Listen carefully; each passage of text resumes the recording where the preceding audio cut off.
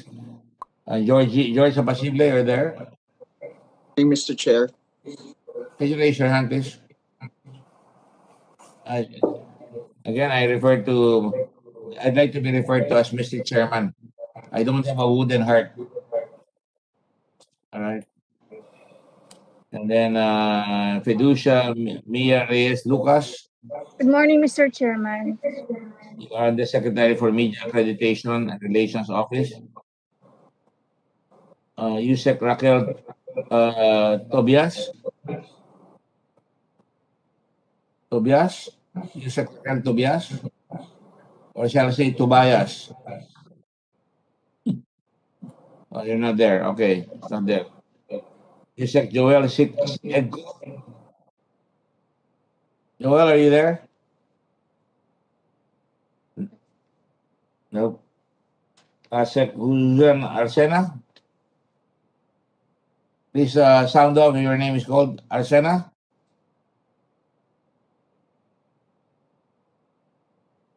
Lawrence Garcia. Asek Lawrence Garcia. Asek Florentino Loyola Jr.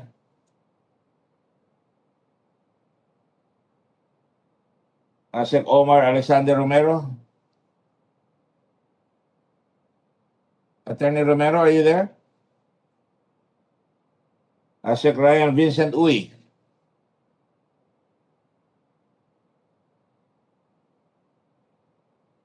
Director Tristan de Guzman for Administration and Finance.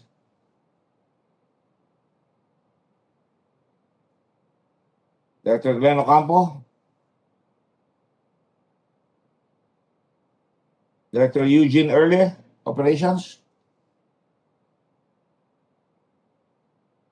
Director Vinci Beltran, Special Projects. It would be appreciated if you say, I'm here, sir. Miss Beltran, can you please sound off? Here, sir, Mr. Thank Chair. you.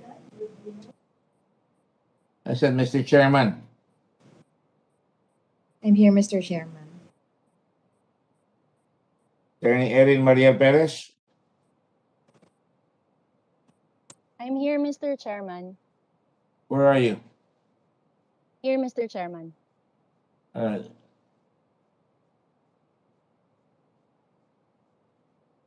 You are Secretary for what is your role, Attorney Erin? Special Projects?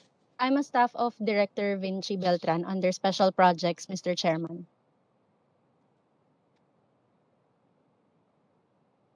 All right. And Apo Production Unit Chairperson Michael Dalumpines. Michael Dalumpines. Present, Mr. Chairman. Where are you? Can you raise your hand? Here, Mr. Chairman. Thank you. Miss Lady Ann Lorzano, sino sabi to yung secretary? Is the COMSEC here? Yes, Andre Mr. Mortel? Chairman. Mr. Chairman, yes. Well, why don't you do the roll call? I'm doing the roll call because you're not even saying anything. I'm sorry, Mr. Chairman. I'm now at Bureau of Broadcast Services. Before that, Miss Lady Ann Lorzano. Are you there? Lorzano? Yes, Mr. Chairman, I am here. Would you mind taking your mask off so I can remember your faces? Okay. What is your job there?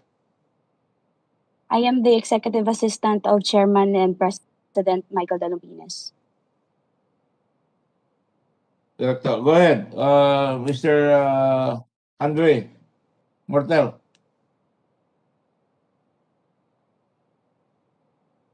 Thank you, Mr. Chairman.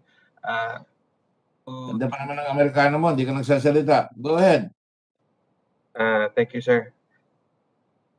So, from the Bureau of Broadcast. yes, sir. From the Bureau of Broadcast Services, Director Rizal Giovanni Aportadera Jr. Present. Good morning, Mr. Chairman. Where are you? Right here, Mr. Chairman. All right, okay. Also from the same bureau, sir, Ms. Rachel Gatpandan.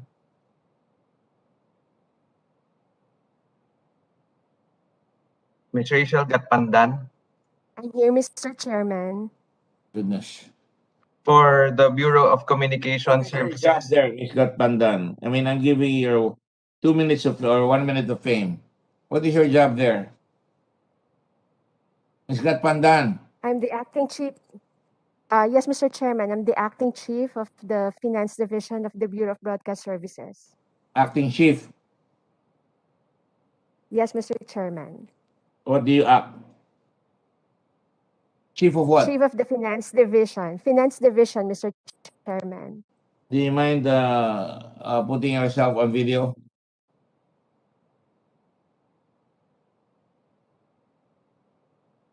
Ms. Gatpandan, can you turn on your video, please, so I can see you?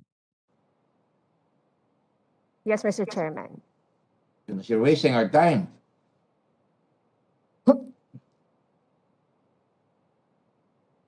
Sorry, Mr. Chairman. Do you mind taking off your mask? Good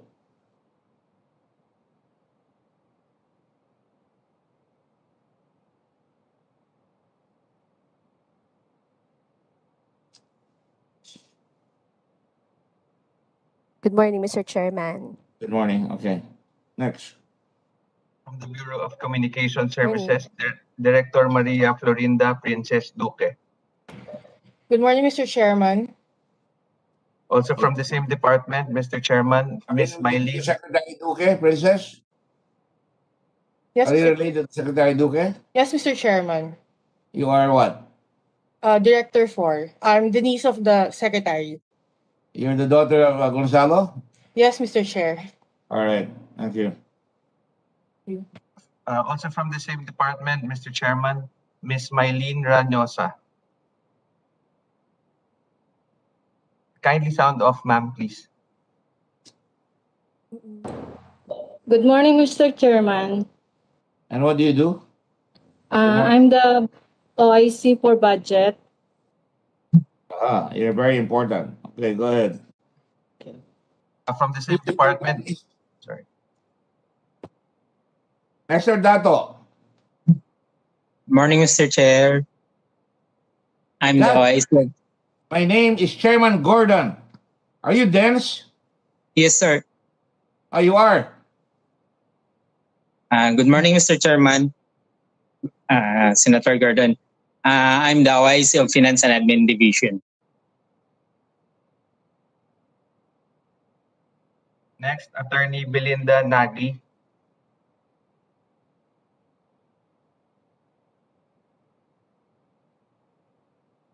Shall I mark her absent, sir?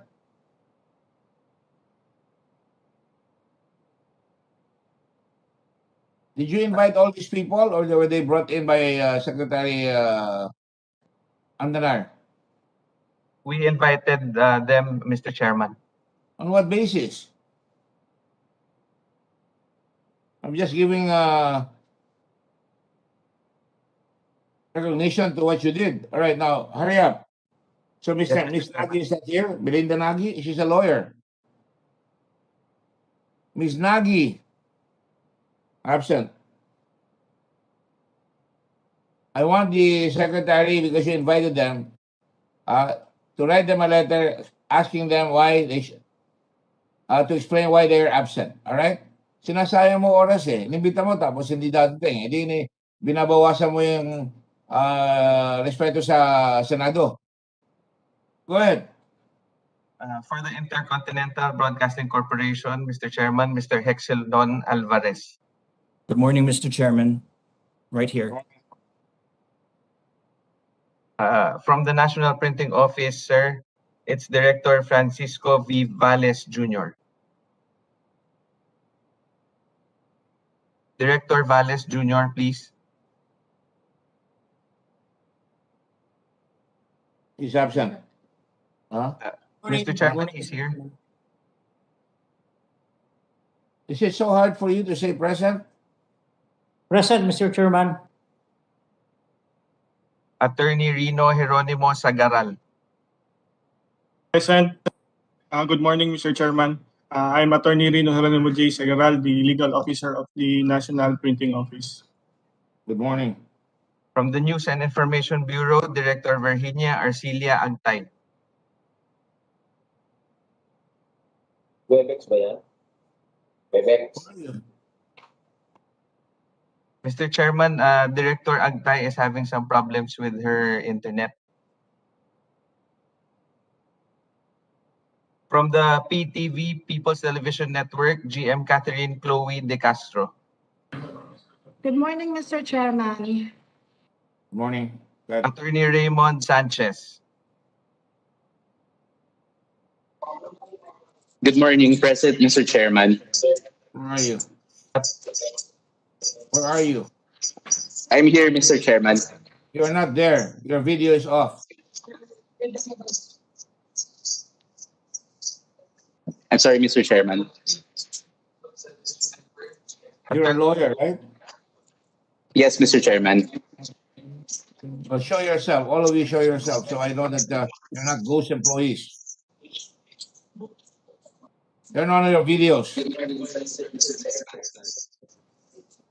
I'm trying to respect you people from showing up. I want to see your faces, and you're trying to hide your faces. Attorney Jason Salendar, go ahead. Dami yung lawyer, ah. Attorney Jason Salendab. Po, Mr. Chairman, I'm here po. Where are you?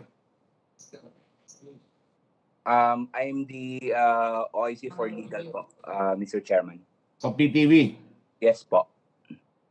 Yes po, Mr. Chairman. Okay. Go ahead. Thank you. From Philippine Information Agency, the Director General Ramon Coaloping. Present. Good morning, Mr. Chairman. Can you raise your hand so I can see you, please? There you go. Okay. Yes. Good morning. Good morning. From the Radio Television Malacanang, Executive Director Dennis Wilfred Pabalan. Present, Mr. Chairman. Good morning. With him is Miss Lerina Braga. Good morning, Mr. Chairman. Lerina Braga from RTPM. May I see your face, please, Ms. Braga?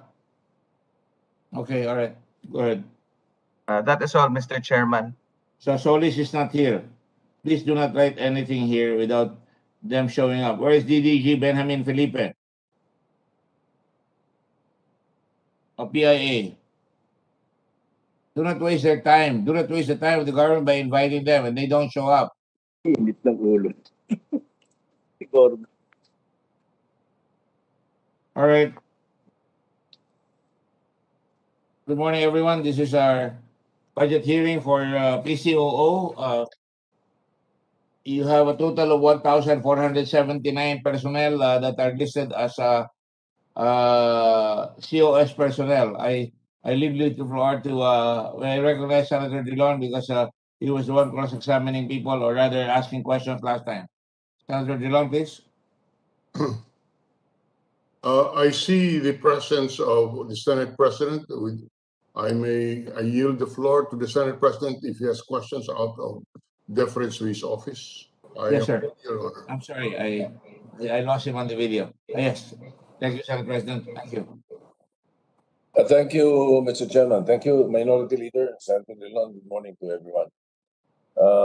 Thank you also again to our chairman, Senator Richard Gordon, who is chairman of the Blue Ribbon, for taking another or making a chance or giving a chance for us to have another hearing for the PCOO budget. I understand you already took it up before, but there are certain issues that I would like to take up. So with your indulgence, Mr. Chairman, may I address it to the officials of the PCOO. You have the floor, sir.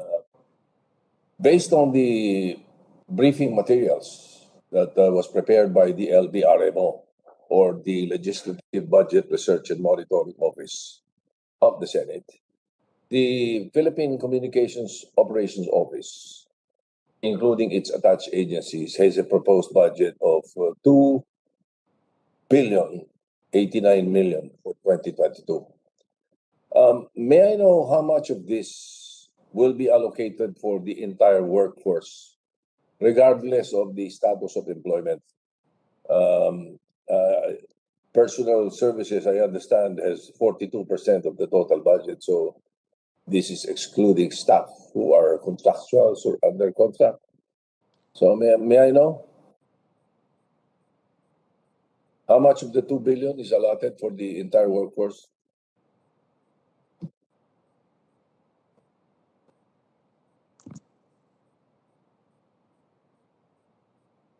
Who can answer for that? Mr. Chairman, may I defer to Undersecretary Chris Ablan, who is our Undersecretary for Finance and Administration. Yes, go ahead.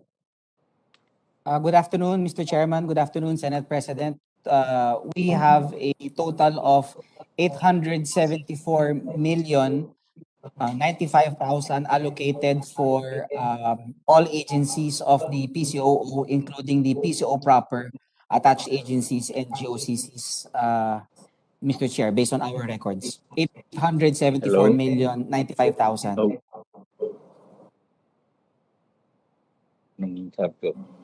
For the personnel services alone. That is correct, Mr. Chairman. All right.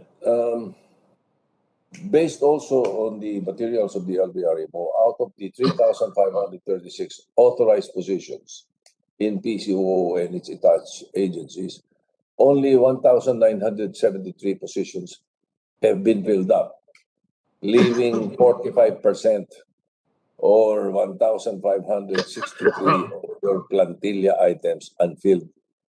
And then currently, you employ 1,536 non-permanent personnel, a number almost the same as the unfilled permanent positions.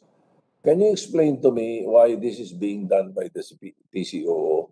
Why instead of filling up the vacancies, you hire numerous personnel under the COS or Contract of Service Agreement?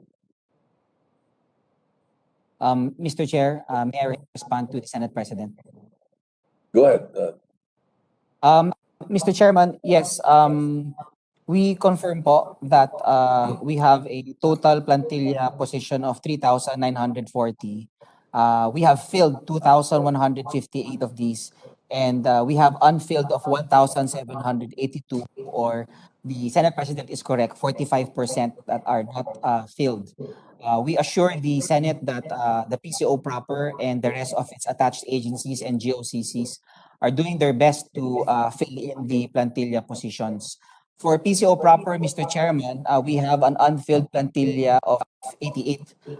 We aim to reduce that number of 88 to 35 by 2022 by opening up the items. And currently, Mr. Chair, we are actively hiring, and we anticipate that many of our contract of service in the admin and finance offices will be absorbed by these new items.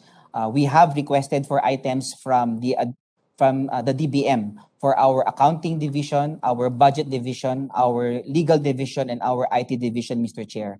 And we aim to reduce that number to 35. We've also requested for a scrap and build. We have around 17 positions, Mr. Chair, in the 88 that are very low salary grades, and we've already proposed to the DBM to scrap them so that we can provide a better salary structure. Earlier, Mr. Chair, in July, we've also requested for a special CS examination from the Civil Service Commission. We've noticed that many of our contract of service, Mr. Chair, are not CS eligible, and in order for them to qualify for the positions available, we have made a special exam with the civil service, and we anticipate the results anytime soon, and hopefully we can absorb many of this COS. For the other agencies, Mr. Chairman, they have their reasons. For example, for PTV, they also have a high unfilled percentage rate, Mr. Chairman, and they have a table of organization pending with the Civil Service Commission. It has not been approved, and therefore they cannot hire the items that they still have.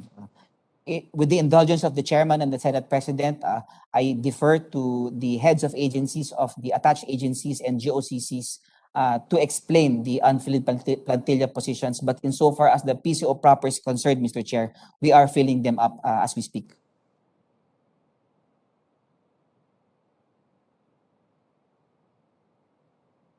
Mr. President, you're on mute, sir. But when you say that some of the personnel don't have the needed CSC eligibility, then why don't you look for those who are eligible?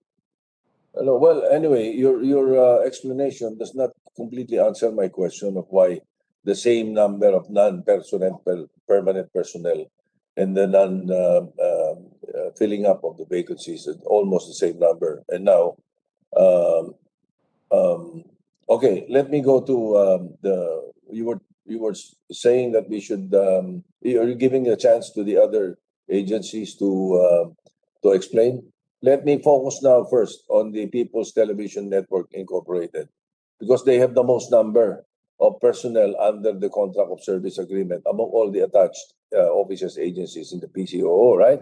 All right. Now, in fact, this contract of service personnel are way more than double of the PTNI's permanent employees. You currently have 578 COS and 11 contractual employees, totaling to 589 non-permanent personnel, while you have 234 field permanent positions. I want to get an answer directly from the People's Television Network or PTNI's General Manager and COO, Catherine De Castro, on why this has been being practiced in the agency. And the explanation. Well, okay, let's hear it first before anything else. Go ahead, Ms. De Castro. Yes, good morning, Mr. Chairman. Good morning, Senate President. Just to go back po to the table po, just to correct it lang po, we have 146 permanent employees, 6 contractual employees, and 534 COS. To be honest po, medyo naging masalimuot po talaga ang history ng PTV in terms of its plantilla positions. It goes way back in 2001.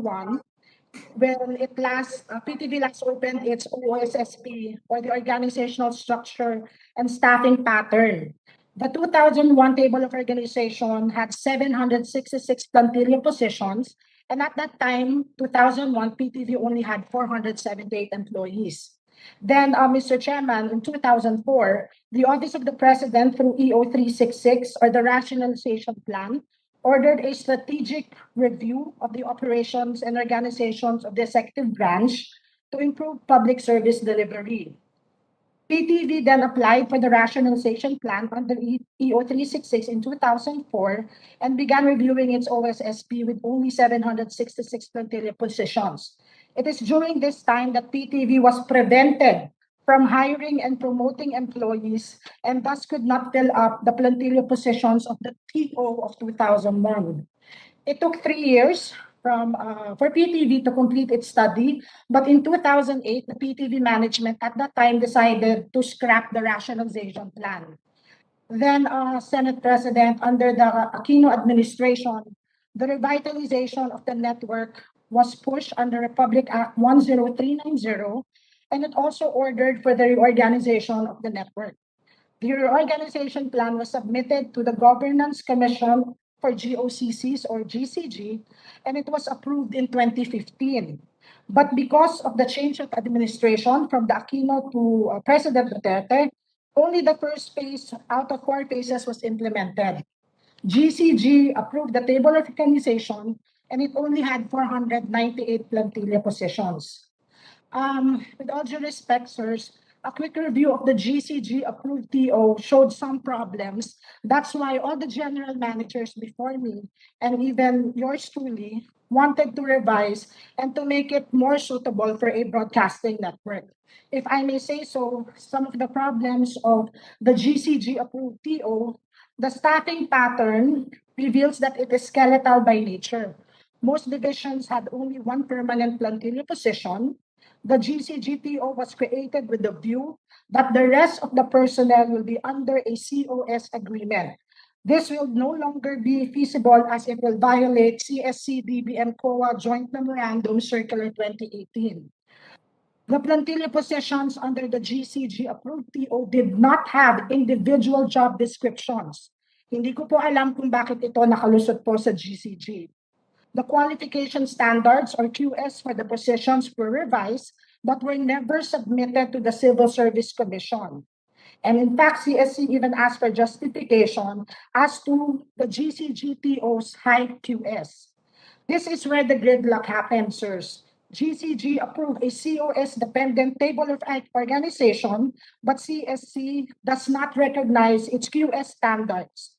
All positions in the TO must have their QS approved by the CSC. In short, the qualification standards for the GCGTO was created without the Civil Service Commission approval. The GCGTO was based on analog operations, so that's another problem. As PTV now is in the process of implementing digital operations, the network now requires an IT-intensive personnel, which the GCGTO did not have. In short, the GCGTO lacked in foresight despite it being approved only in 2015. Another problem, sirs, is it is highly likely that the group who created the GCGTO back in 2015 was not familiar with the broadcasting industry.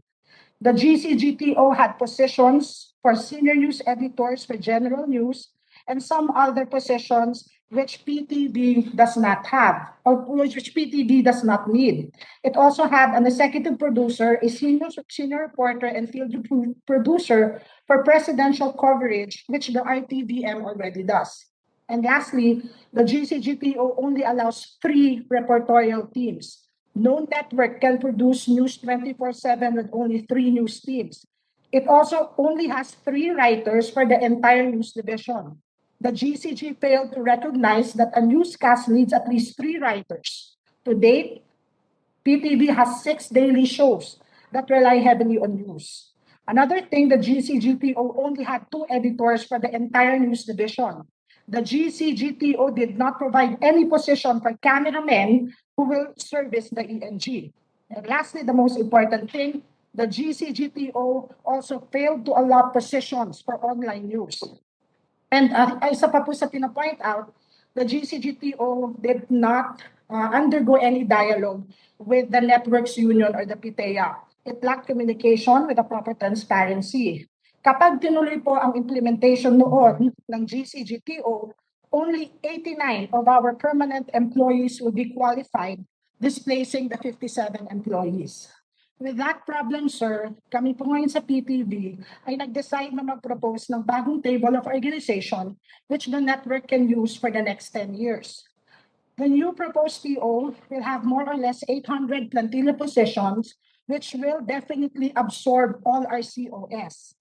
PTV management has dialogues with the union, and we've already asked Development Academy of the Philippines to help us create an intact TO. By February po of 2022, and with all necessary approvals from the PTNI board, the GCG and the CSC, we will be able to implement the better TO by then. Thank you po, sir. Mr. Castro, how long have you been with the PTV for, or PTNI? Senate President, I only got appointed to the position last May 2020 po. So roughly more than a year na po. So this information that you have given us just came to your attention recently? Because my problem is that the explanation of the Director Ablan and your explanation, yes, very good. But you only plan to do that after 5 years? You have been in power since 5 years ago, eh. Ngayon naisipang gawin lahat yan. Why not during that time? But anyway, so you were just appointed recently. May I know how long, or on average, these contract of service personnel have been working for PCOO, including the PTNI?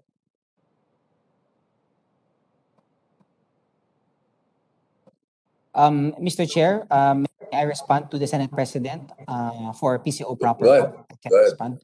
Yes, Mr. Chair, we have contracts of service as long as hired in 1997, Mr. Chair. We would like to inform the committee that many of those who were hired in the 90s and the early 2000s have recently been absorbed by the PCO, Mr. Chair. We have absorbed our drivers and our clerks, our aircon technicians and electricians who have been contracts of service for 10 to 20 years, Mr. Chair. The reason behind this is the items were not opened in previous years. The reason why they weren't open in the early 2000s, Mr. Chair, is because of the reorganization order of then President Gloria Macapagal Arroyo. In the previous administration, Mr. Chair, the items were available, but they were not open because of that pending reorganization. It is only under Secretary Andanar that he authorized the opening of the items, and we have since opened all of these items, Mr. Chair, and we are currently hiring them, Mr. Chair. Mr. Chairman. You're saying even some even of this COS personnel have been in the agency for more than decades, you know? And recently, also it came to my attention that a former host named Jules Gia have been a contractual employee for 8 years, and based on the statement published, PTNI's COS personnel o contract of service personnel. Ang sinasabi ng CSC or Civil Service Commission rules on contracts of service, ang sinasabi ron pwede kayong kumuha nun or technical expert, learning a specific service provider or technical expert to quote, to undertake special project or job within a specific period. Ay, sabihin mula 1998, yung iba, specific period pa rin yung project nila. Hanggang ngayon, hindi pa natatapos. Yung katulad nung kay Jules, hindi pa rin natatapos yung project. 8 years na. Ano? What are the specific functions of the COS personnel? O ginagamit niyo yung mga CS personnel for other work other than what the CSC provides as a rule? Mr. Chair, insofar as the PCO proper is concerned, we follow po joint circular number 2 of the DBM and the COA, and we hire them based on their technical expertise, and because the PCO regular personnel are not able to address the concerns. Insofar as Mr. Giyang is concerned, I defer po to GM Cat de Castro po. Teka muna. Kasi ang sinasabi ng Civil Service Commission, ang description nila dapat ng COS workers should not be made to perform duties, functions of existing regular employees. They cannot be designated to positions tasked to control or supervise regular or career employees. Ba't ginagawa nyo? Yes, Mr. Chair, to give you an example, we have an accounting division. Our accounting division only has 2 staff contract of service, 2 staff regular. We've actually requested from the DBM, and the DBM just recently gave us 5 items for our accounting. So at that time, Mr. Chair, there really was a lack of manpower to provide the accounting concerns and issues of the agency. But we're very happy that the DBM approved our request, and now our accounting will be made mostly of regular plantilla more rather than a contract of service, Mr. Chairman. All right.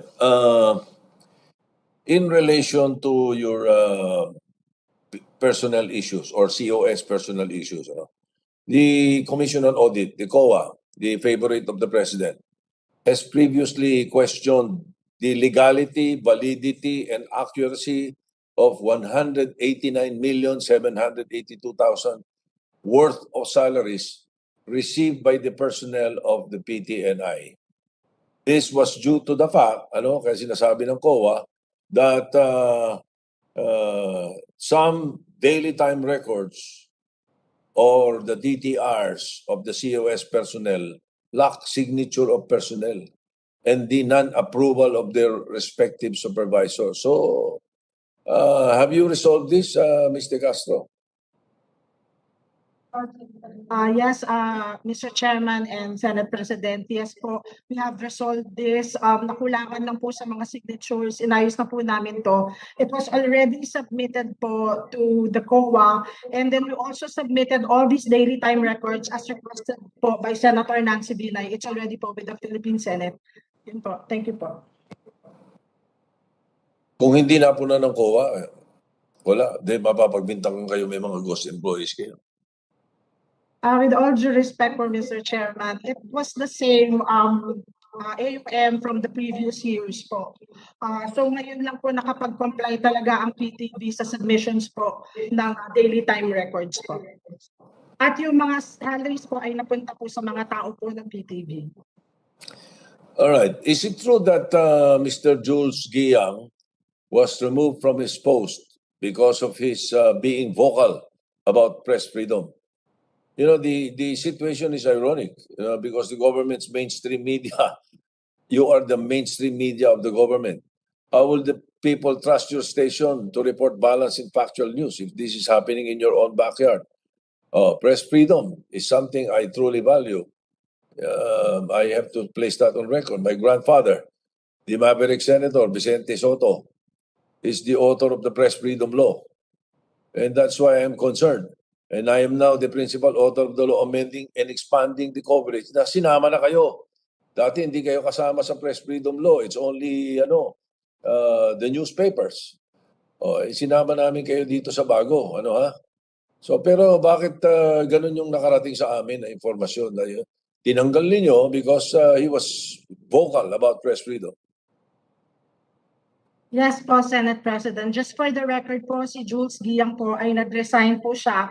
But on the other hand, I have to admit that PTV has long been struggling with its image in terms of being the propaganda arm of the government. That said po, isa po sa mga isinusulong namin sa PTV po ay ang pag-implement po ng People's Broadcasting Corporation, wherein this one will be very independent in terms of editorial decisions. This is already in the House of Representatives. Nag-start na po kami mag-hearing dito. Kapag natupad po itong PBC, ang aming PTV po ay magiging parang BBC ng UK at Australian Broadcasting Corporation po. Ako rin po bilang anak ng dalawang broadcast icons po, isa rin po yan sa mga gusto ko talagang mangyari sa PTV. Magkaroon po talaga ng editorial independence and at the same time, alagaan din po syempre ang press freedom. Thank you po, sir. Yes, even if they speak against the president, you are allowing them or you will allow them? Sir, even the news items po, when we have something critical against the president, we also air it po on PTV. And every time that the president is about to say something against whoever, we try to practice fairness by making sure that we get the side of the other person involved po. Yun po, sir. All right. Pasensya na kayo, medyo nagiging very crucial kasi yung role ninyo because of some information that have reached the Senate. That in the 2022 elections, I'm going to be very blunt about it. You're going to be used somehow, some way.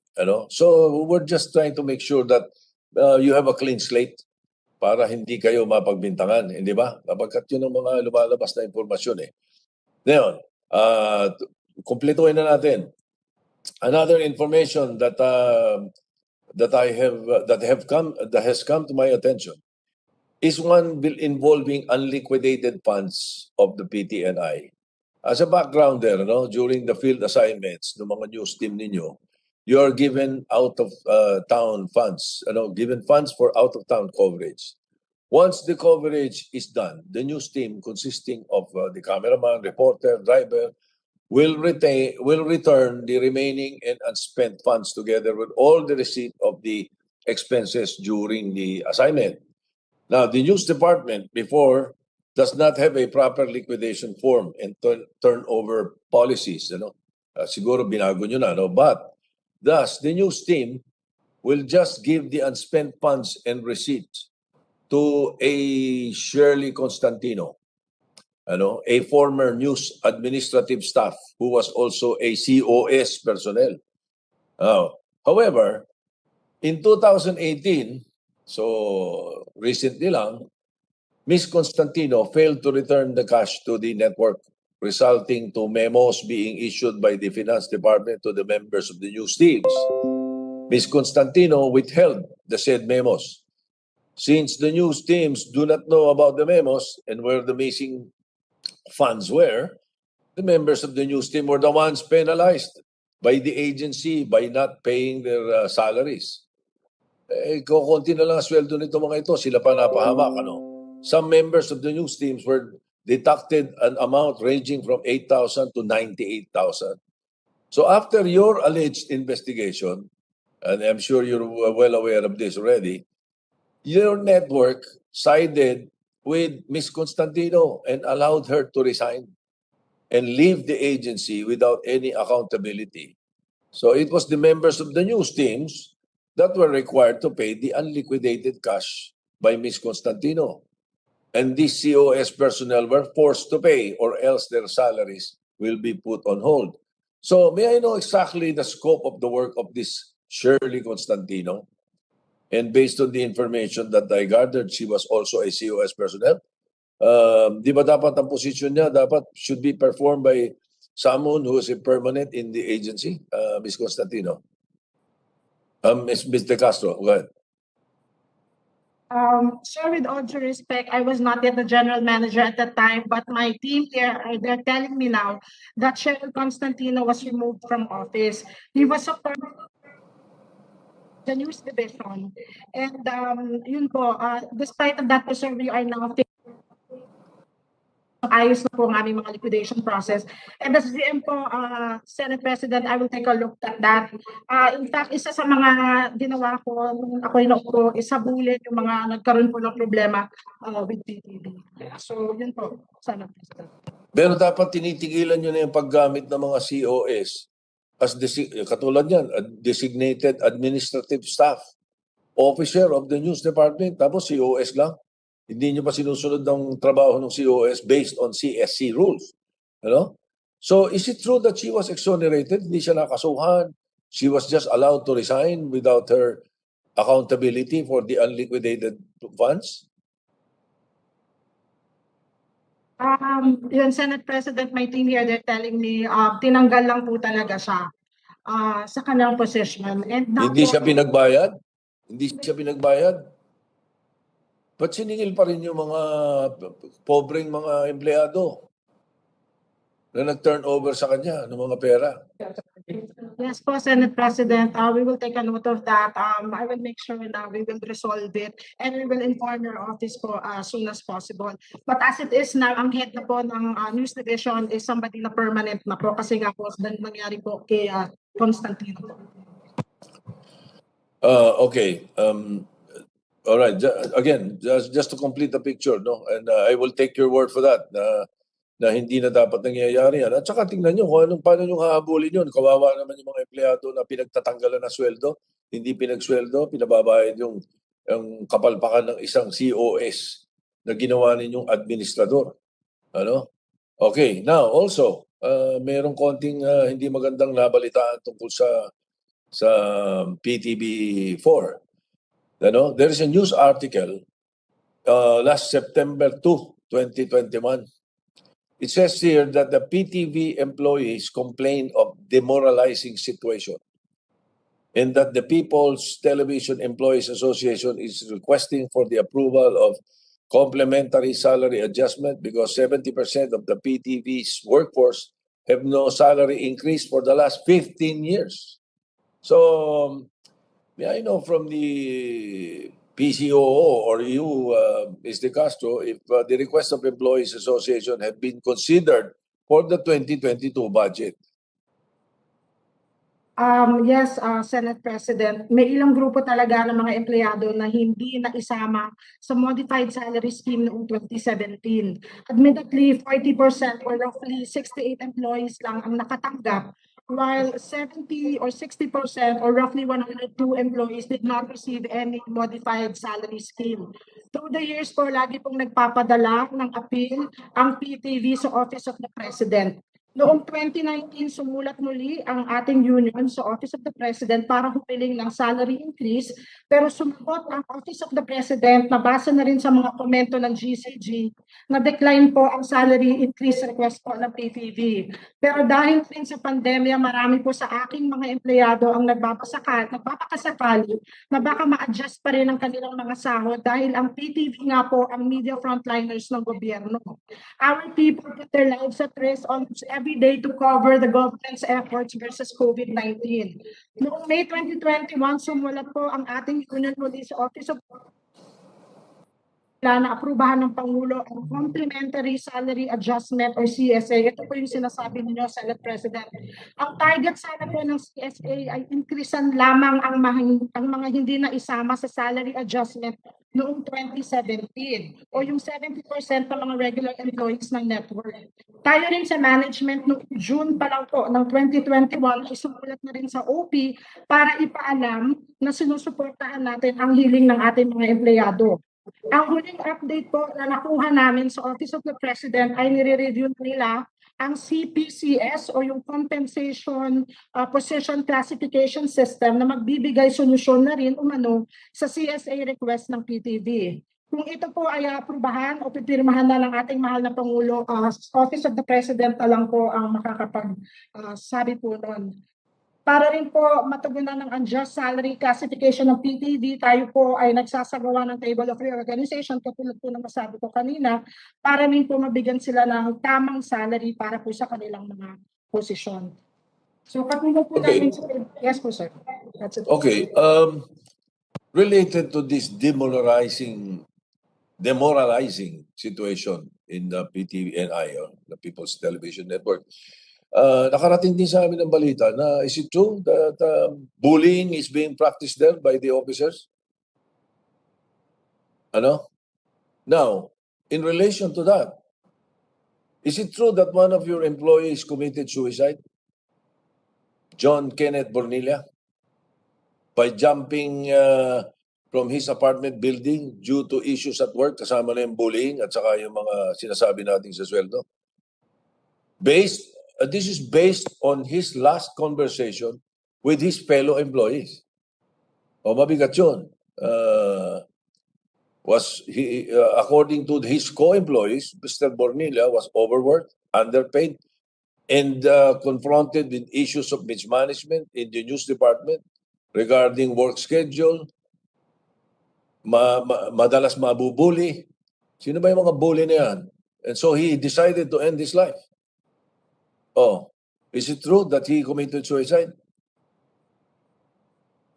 Sir, with all due respect po to the family of Ken Bornilla, they actually asked me not to discuss more about what happened. But with regards to the bullying po, I would say na there are some issues saying na ganun na po yung nangyayari, not just with the reporters but also other people in the news division. What happened po is I had to change the OIC of the news division at that time at iba po ang nagpapalakad nito. In fact, every time that there is an issue with being overworked or may problema sa schedule, they can immediately get in touch with me para masolusyonan po natin ito kaagad. All right. I hope Secretary Andanar will look into this. Di pa pwede yun. I hope the bullies have difficulty sleeping at night pag merong nagpakamatay dahil sa kanila. Anyway, I leave the other issues to my colleagues. Thank you very much. Mr. Chairman, thank you. Thank you very much, Mr. President. Those are serious statements made by no less than the Senate President of the Republic of the Philippines, Ms. De Castro. This representation is not going to sit idly by and let people let injustice in the PCOO, particularly in the PTV network, happen that way. And we cannot just say, out of respect for the family because sa tingin ko, the man who committed suicide owes uh, justice. We owe justice to this man. Di ba? What do you think? Di ba? I run my people hard, but I mean, I am always sensitive to what they have, no, what they have in their hearts, no. So it's so important na malaman namin because baka talagin ako niya sa floor, hindi ko masagot, ha? Hindi ko may defend yung budget niya. Saka yung si Constantino, hindi ko kilala yan. Paano nagiging appointed yan na pala contractual? Pagkatapos aalis na lang tapos magbabayad yung mga pagkaraniwang mga empleyado na hirap rin. Hindi ako papayag diyan. Hindi ko i-sponsor itong budget nyo kung walang proper explanation yan. I don't think I will sponsor it, quite frankly.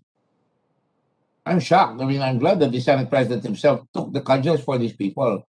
See, I know that he has a big heart, having come from the television industry, the entertainment industry, which has been very good to him and to our country. Dapat kayo rin. How can you have an independent PTV? Maganda yung sinasabi niyo, parang BBC. Kung ngayon pa lang, hindi niyo pinoproteksyonan yung mga tao niyo. Can I have an answer for that, please? Mr. Chairman, admittedly, PTV for the longest time has had a lot of problems in terms of. Excuse that. I know you very well. I know po, Mr. Chairman. Just because it happened before doesn't mean it's going to happen now. And you are the one on deck right now. Yes po, Mr. Chairman. Hold the bull by the horns. Yes, Mr. Chairman. That is why I am always in dialogue po with our people. When the thing with the Ken Bernilla po happened, I had to come up with a program wherein meron pong safe spaces po talaga. If there is a need to report anything. If you remove the OIC, was he the guy bullying? Is she a person, a man or a woman? She's a woman po. She's a woman. All right. Have you conducted an investigation? That's very serious. A man dies, jumps out of the window. Yes po, Mr. Chairman, we have already conducted an investigation po about it. And she had to be removed from office po talaga and transferred. That is all? Was she also a contractual? She's a permanent employee po. Permanent employee. And she resigned or she was removed? She resigned po as the OIC of News po. And she's no longer in your office. She's no longer with the government. She's still with the government po, but in another division na po. Well, that's transferring the problem. Just like General De La Rosa, I saw him a while ago and I acknowledge his presence here. My good friend, Senator De La Rosa. Kung minsan nagiging ganyan sa military, sa police, rather, more often, ililipat na lang yung problema sa ibang jurisdiction. So, nandiyan pa sa gobyerno. Yes po, Mr. Chairman. Is he within PCOO? Is she within PCOO? She is within PTV. PTV? Apo. Well, you are the head and your immediate superior will be Secretary Martin Andanar, right? Yes, Mr. Chairman. Secretary Martin, can you please answer it? The question that I have, because it's very disconcerting.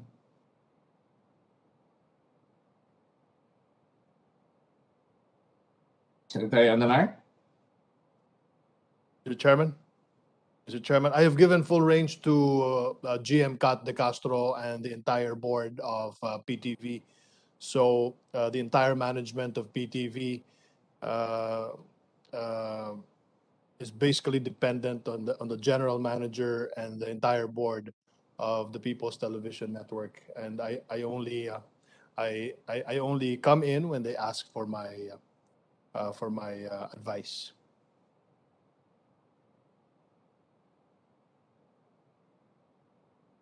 I didn't get your answer. It was clear. Are you leaving it with the general manager as the board and the board? Yeah, the entire management, Mr. Chairman of PTV, is with General Manager Kat De Castro and the entire PTV board, which includes the chairman. So I usually give the entire reign to my attached agencies, and I only step in once they ask me to. Well, the budget, if it is approved, will have to be brought on the floor, and I would hate to have to answer it in a very, in a very, very unsure manner. I would like some definite answers.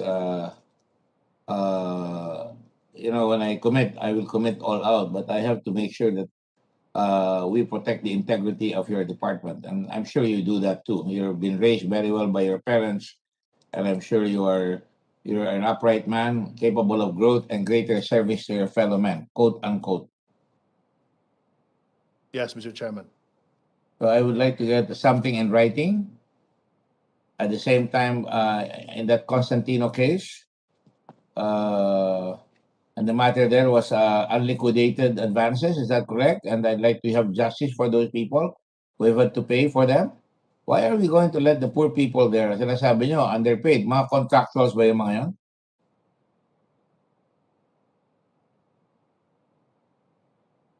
Mr. Chairman, if I may, most of our people from the news division are COS po. I figured that. So COS na. I commend our Senate President for his compassion, because his compassion shines brightly here. Bakit natin pababayarin? Contractual services na nga yan. Sila pa magbabayad. Ito ba si Constantino, contractual rin? COS po siya, Mr. Chairman. And yet she was allowed to be an OIC. That sounds very unjust. Di po ba? Di ba? At Secretary Martin, I mean, do you know what San Martin de Porres is a patron saint of?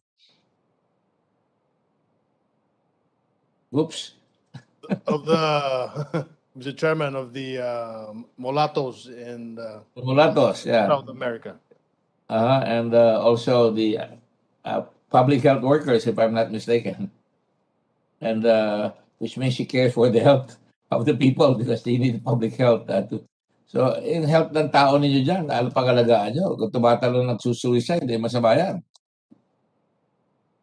So, I would like to get a written explanation before in case the budget is approved, because we have a big bar to explain here.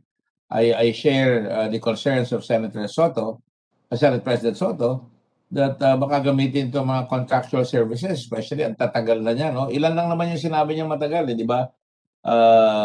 Undersecretary Blan, sabi niyo, maraming iba dyan, decades na. Ito, 4 years, 84 employees, 4 years.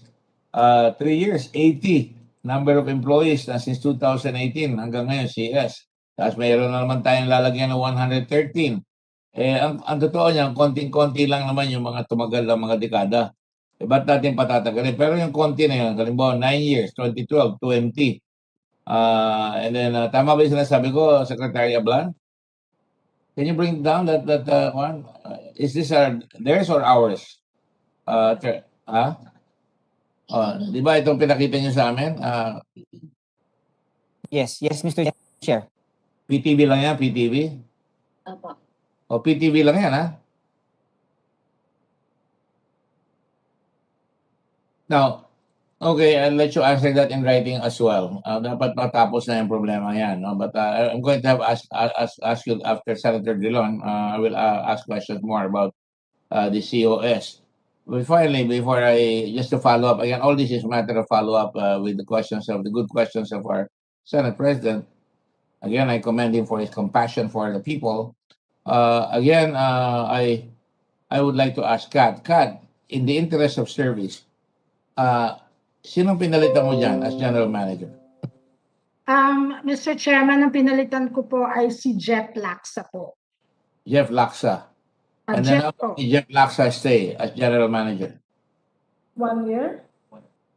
1 year po. 1 year po. And then who did Jeff Laksa prepare? You know, I'm a history and government major. Yes, Mr. Chairman. Ang pinalitan po ni GM Jeff Laksa ay si Dino Apolonio po. Dino Apolonio. God, how long did he last as a general manager? From 2016 until 2018. 2 years. 2 years, would that be correct? 1 year. Yes, 2 years, sir. 2 years. And then before Apollonia, how long did the other guy last?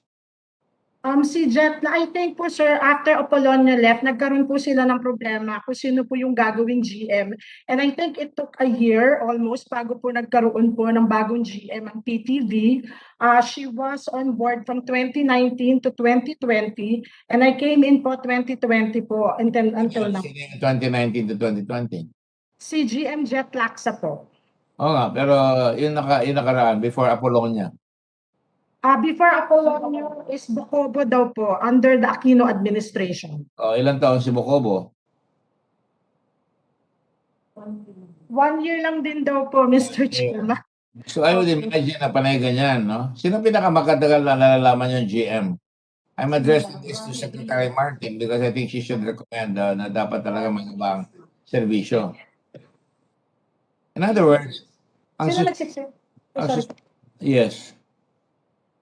Do you see yourself as a career general manager of PTB4? Honestly, Mr. Chairman, yes po. Really? So you'd like to say, so you can do a lot of things, you can make a change, right? Yes so po, this Mr. means Chairman. that this position is a political position, depending on the whim and caprice of whoever is in power, correct? Yes, Mr. Chairman. Agree. Yes po, it's being appointed po by the President po. So Or in other words, as talagang the walang board. pag-asa yung GTV4, yung GTV, no? GTV, PTV4, dahil wala talagang long-term plans na may implement. Would that be correct? Kaya ang dami niyang problema sa contractors. sinusulong- Hindi niyo makonvince yung DBM, hindi niyo Yes po. makonvince yung Senado, yung Kongreso, na bigyan kayo ng I would like to put an end to that. I mean, gusto ko maging BBC yan eh. Di ba? Or Australian Broadcasting Service. Dapat talaga mahaba. At tatanggalin lang kung palpak. Yes, Right? Mr. Chairman. Yes, Mr. Chairman, I agree with you 100%. Would you That's say why po. this is a flaw that the administration of President Duterte and President Aquino has not served? Yung masasabihin mo sa akin? Hindi po, Mr. Chairman. I can't speak for the ones before me, but admittedly, President Aquino, napakatagal yung mga dapat meron kayo dyan eh. Alam nyo, there's something to be said about special organizations like yours na tatagal talaga dahil kung magaling, dapat hindi tinatanggal kaya magpalit ng administrasyon. Di ba? At tuloy, hindi nabibiktima yung mga tao ninyo, correct?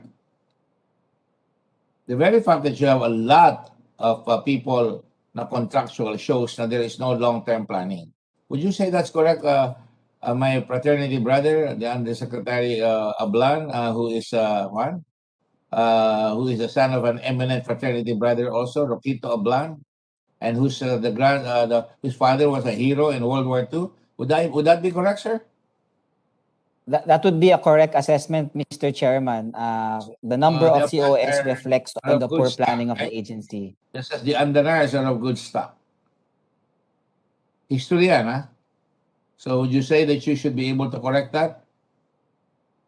Yes, Mr. Chair, we will correct this anomaly, Mr. Chairman. Therefore, the Secretary Andanar and Secretary Ablan to prepare a recommendation to this representation so I can raise that when I appear before the eminent senators of the Republic of the Philippines to sponsor the budget. Would you say that would be welcomed by the rank and file of the people in your department, Secretary Andanar? Yes, Mr. Chairman, you are absolutely correct. That is the reason why we have fought for the People's Broadcasting Corporation since 2016. I understand it was then Senator Lauren Legarda who authored that in the Senate, and the Congressman Alfred Vargas in Congress. And now we have resubmitted that bill, Mr. Chairman, so that we could really strengthen the People's Television Network through this new law, this new charter that would enable us to become a BBC or a Canadian Broadcasting Corporation, or perhaps an Australian Broadcasting Corporation, Mr. All Chairman. right. I'm glad you agree. But would you say that it's not only true for PDB4? I think I can see that from where I sit. There is no long-term program for the government, and any government without that long-term program of developing a professional civil service or professional people who care about their country that will come out with the best bureaus in our country and not be subjected to political harassment or political change, that they must really be protected by what we call a system of meritocracy. Would you agree with that? I agree with you, Mr. Chairman, 100%, completely. Therefore, I'm sure I'll be joined by my eminent friend from the Sigma Rho fraternity. That both of us, I'm sure, and Senate President Soto would like to stand foursquare on arrangements where the meritorious remain in government. Would that be correct, sir? Would you agree with us? Do you think that we're men of goodwill and good principles? In other words, a Filipino should think of it that way, correct? Yes, Mr. Chairman. I'm putting you on the record because I want to be sure that I'm not going to be bullied by your president if I say something like that. Di ba? If you're good, you should stay. If you're bad, you should be kicked out, and there should be consequences when you're kicked out. Yes, Correct? Mr. Chairman. The classic example would be the story that the Senate President has reminded the public about the reporter who allegedly committed suicide and allegedly caused by a regular employee, and another case, the case B, which is an employee who was also a COS and had tremendous lapses. So you have one regular and casual or a COS having serious lapses, and we should really address this, Mr. Chairman. See, I don't want you to let it pass. Ganun tayo, we let it pass. I'm sure the Senate President doesn't want to let it pass. Senator Drilon doesn't want to let it pass. And that is why we stand with the Senate President and the Senate to make sure that this does not only happen with the blue ribbon. I'm standing on my soapbox, quite frankly, right now. You know, there's a soapbox in Hyde Park in London, right, where people can speak up, and that's a tradition, and perorate against the government, right, and he will not be held liable. And by the way, you're standing before history here. The Soto law is a very famous law that protects, against gag orders. Would that be correct, Mr. President, sir? I mean, that's the Soto law, and I suggest you take a look at that law because that speaks volumes for our history. Okay, thank you very much, Senator Delon. You have the floor, sir. Thank you.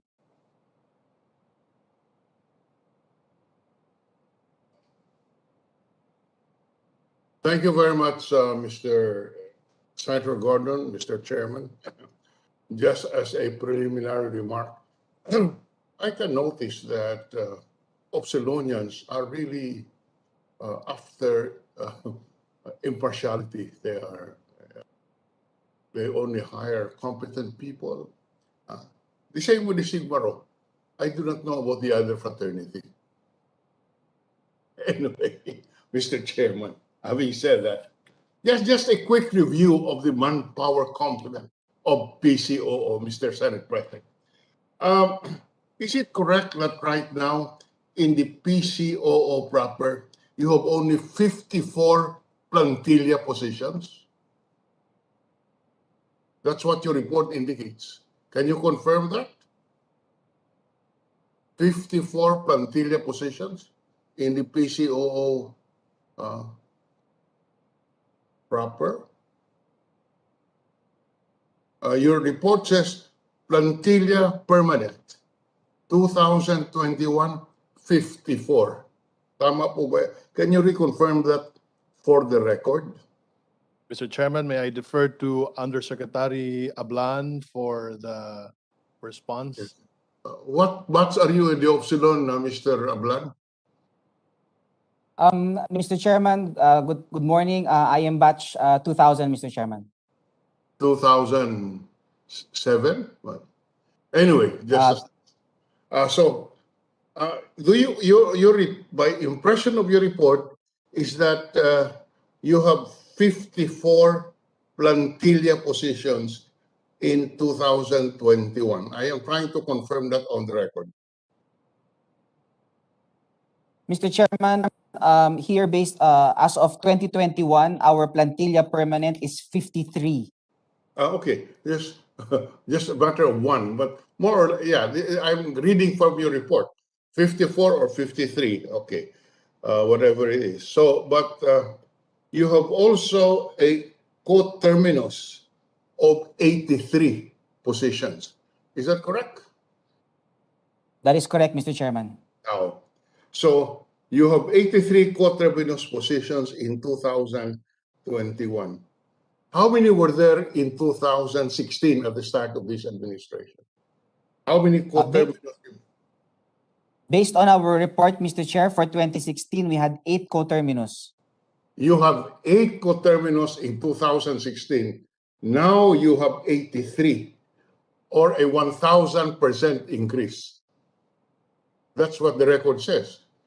Again, I repeat, in 2016, you had only 8, walong co-terminus. Ngayon, 83, a 1,000% increase. Why? Mr. Chairman, the co-terminus indicated in our report reflect our immediate support staff for officials of the PCOO. These are under the Office of the Secretary, the Undersecretaries, and Assistant Secretaries.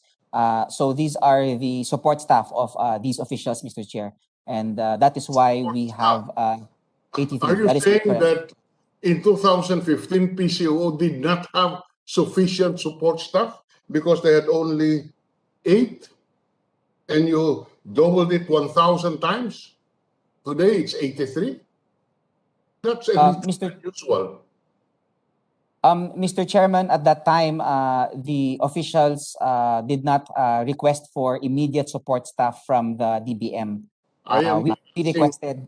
Okay, but why is there a sudden need to multiply it 1,000 times from 8 to 83? At the start of this administration, of the Duterte administration, you had only 8.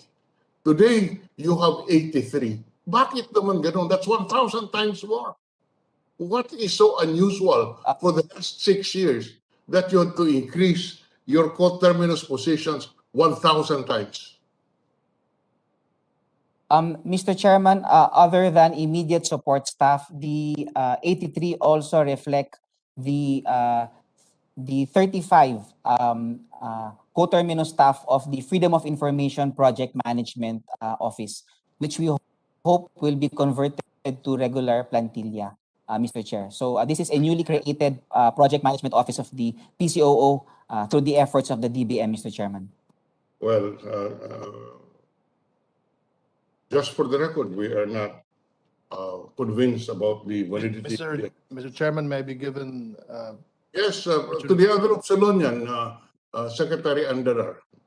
Mr. Chairman, I believe that it could be explained because during the time of the Aquino administration under Pinoy, the PCOO was divided into 2. There was the PCDSPO, or the Presidential Strategic Communications Office, led by, if I'm not mistaken, Undersecretary Manolo Quezon. And then the PCOO was led by Secretary Sani Coloma. And under the presidency of President Duterte, we had to merge both offices. Okay. Yeah. Now, in 2021, you had 290 COST. Is that correct? That is correct, Mr. Chairman. We have 290 contract of service as of 2021. Yes. Contract of services. Hindi COS, hindi COST. COS po, Mr. Chairman.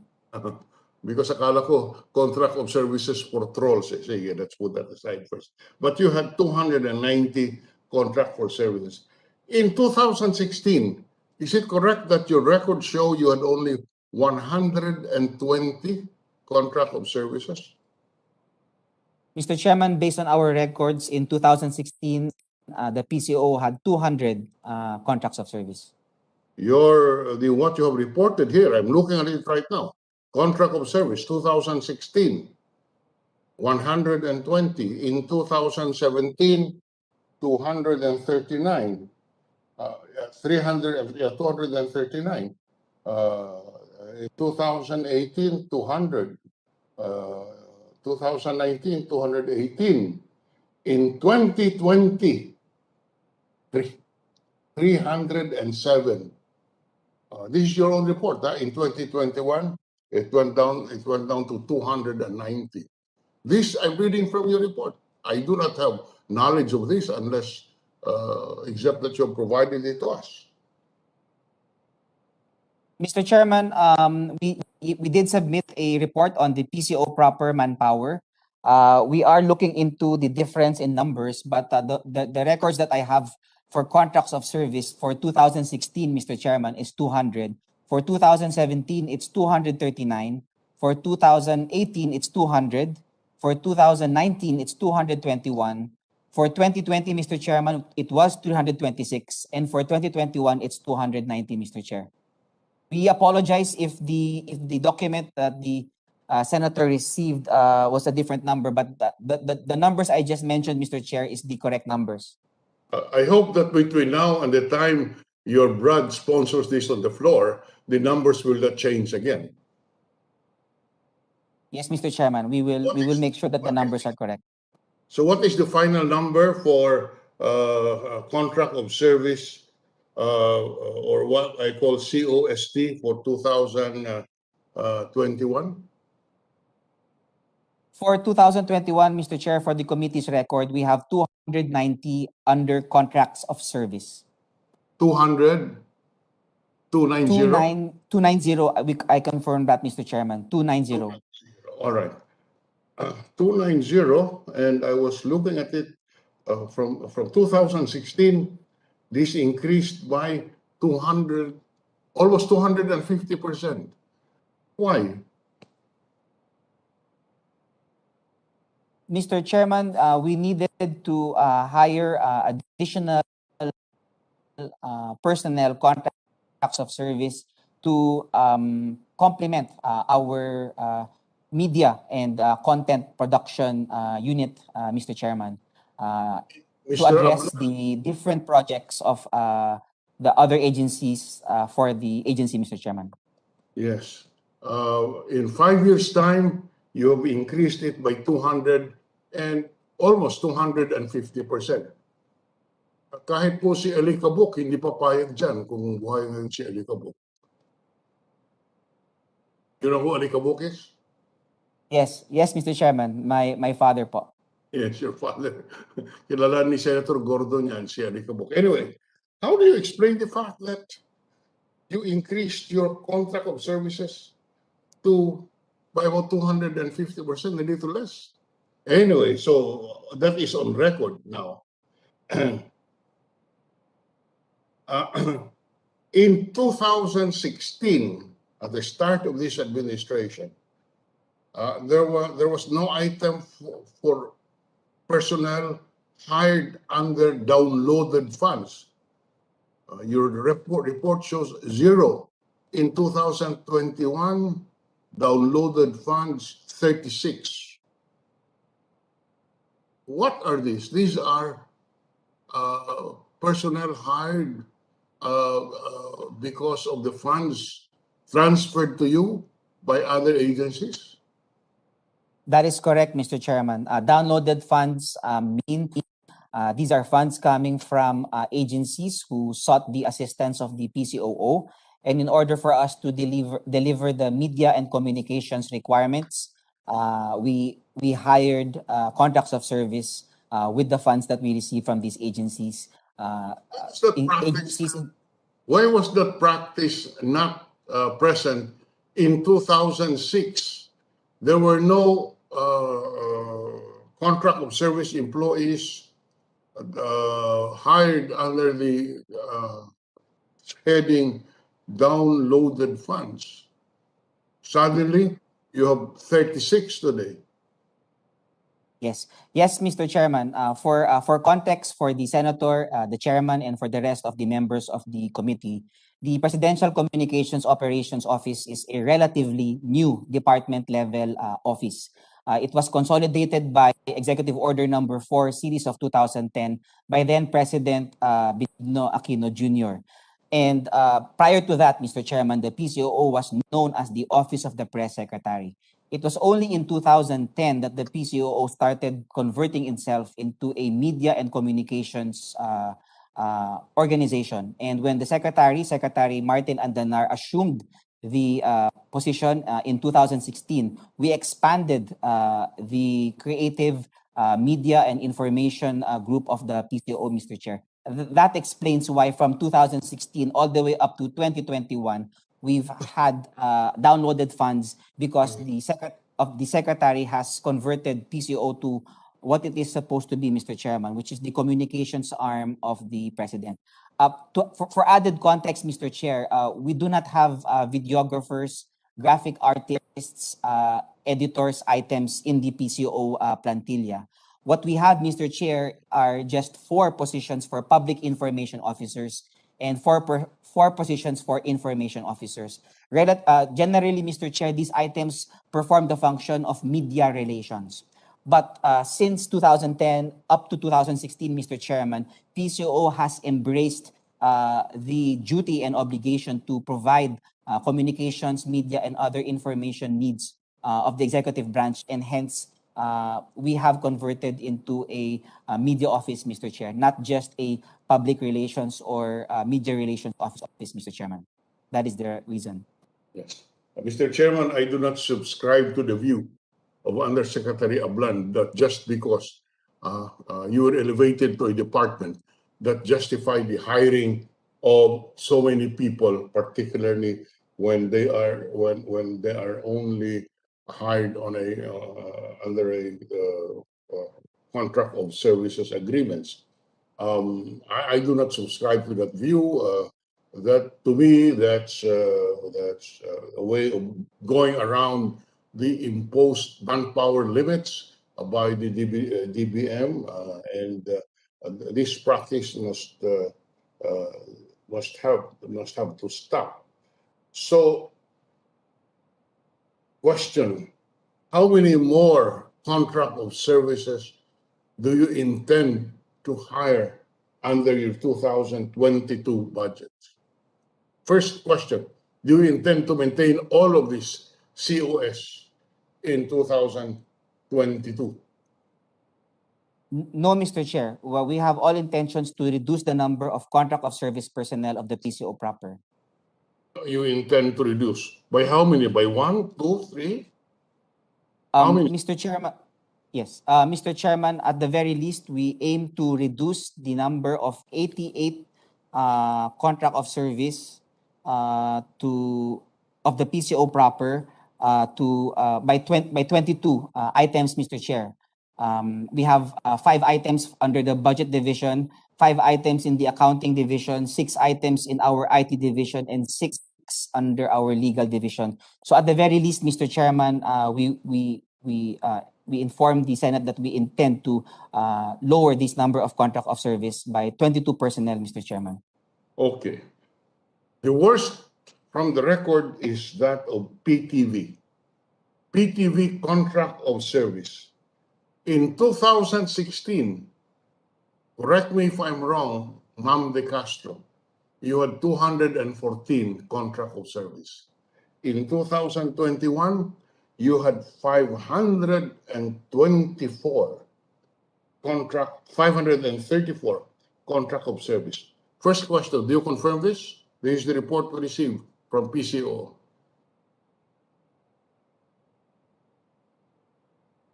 Yes, I confirm, Mr. Chairman.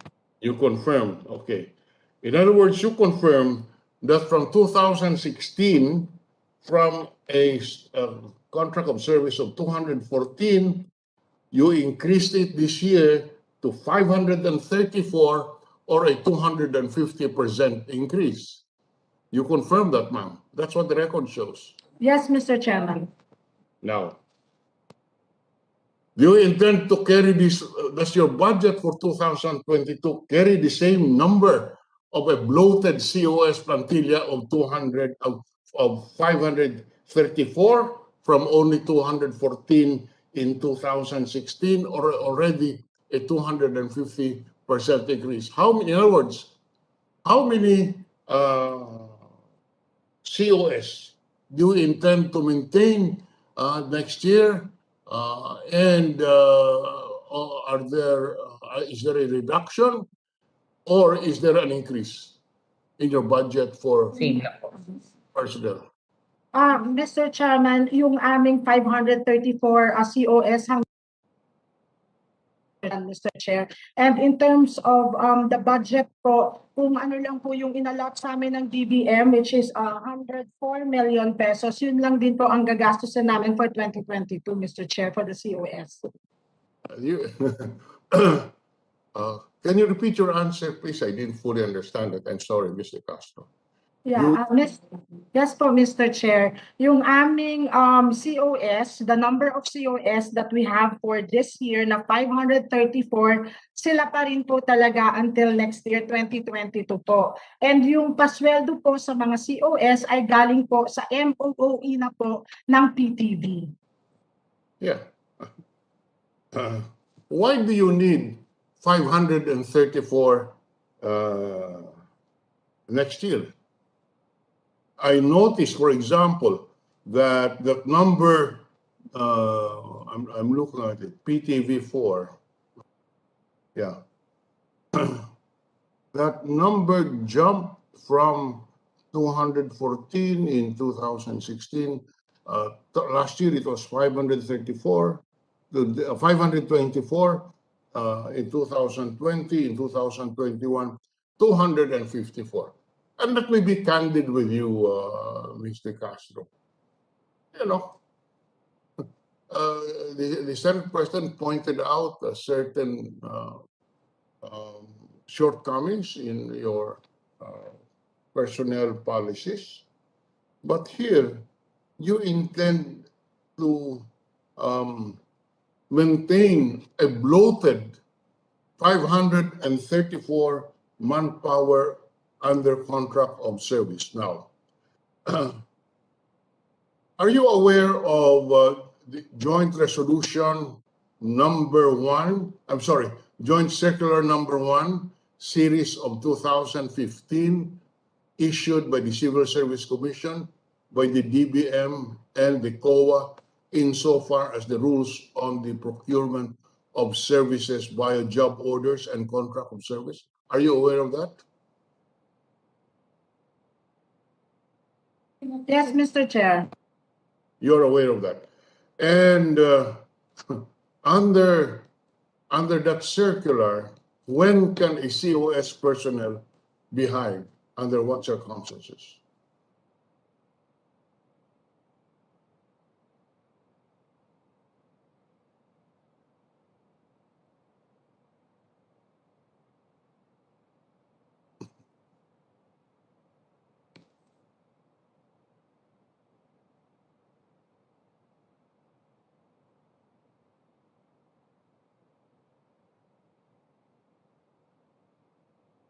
Mr. Chair, Mr. Chairman, the COS will be hired if they have technical skills po. What? I am asking you whether you are familiar with the grounds under which a COS can be hired under the Joint Circular number 1, issued jointly by the Civil Service Commission, by the DBN, and by COA. Under what circumstances can you hire somebody under a contract of service? There are specific grounds there. Are you familiar with this? Mr. Chairman, Sorry? Mr. Chairman, I have a copy of the joint COA DBM circular. Mr. Chairman, I take up the cudgels of our GM. It is listed in limitation 7.1, Mr. Chair. May I read for the benefit of the committee? I'm asking these questions from the General Manager of PTV because it is that agency hiring the contract of service. Very specific. And I'm just looking at the report of PTV. And these figures are not denied. And that is why I'm asking, since the PTV is the one hiring all of this, is the lady, Mr. Castro? familiar with the grounds under which a contract for service is allowed under the joint circular of the Civil Service Commission, of the Department of Budget and Management, and the COA. This is a joint circular dated a series of 2017, 4 years ago. Huh? And since 2017, if you look at the record of PTV, it increased its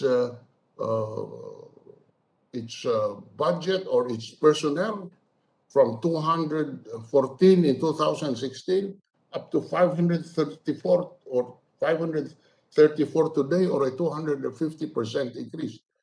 It seems that is in total disregard of that joint circular. So that's why I'm asking the PTB4 general manager if she's aware of this joint circular series of the COA, of the Civil Service, of the DBM series of 2017 for the hiring of COS personnel. Mr. Chairman, my apologies. Personally, I am not aware of it, and even my team here in PTV, they are not aware of it. They were not aware of it. That's why you just keep on hiring COS personnel in total disregard of this circular. Mr. Chairman, with all due respect, the reason why we needed to hire more COS is because we are not allowed to hire under our plantilla as of the moment because nagkaroon nga po ng gridlock po, Mr. Chairman. I'm, with all due respect, Ms. De Castro, precisely this circular was issued because the bureaucracy can invent 1,000 reasons why they need additional personnel. That is why this circular was issued as a limitation. And now you're saying that you, whether or not you agree is, I think, beside the point. What is in point is that there is a circular which governs the hiring of the contract of service. I'm sorry, Mr. Castro, you do not know what this is, so you just went on a happily hiring people right and left for contract of services. It not only did you not reduce, but you increased it 250 times, 250%. You totally disregarded this circular.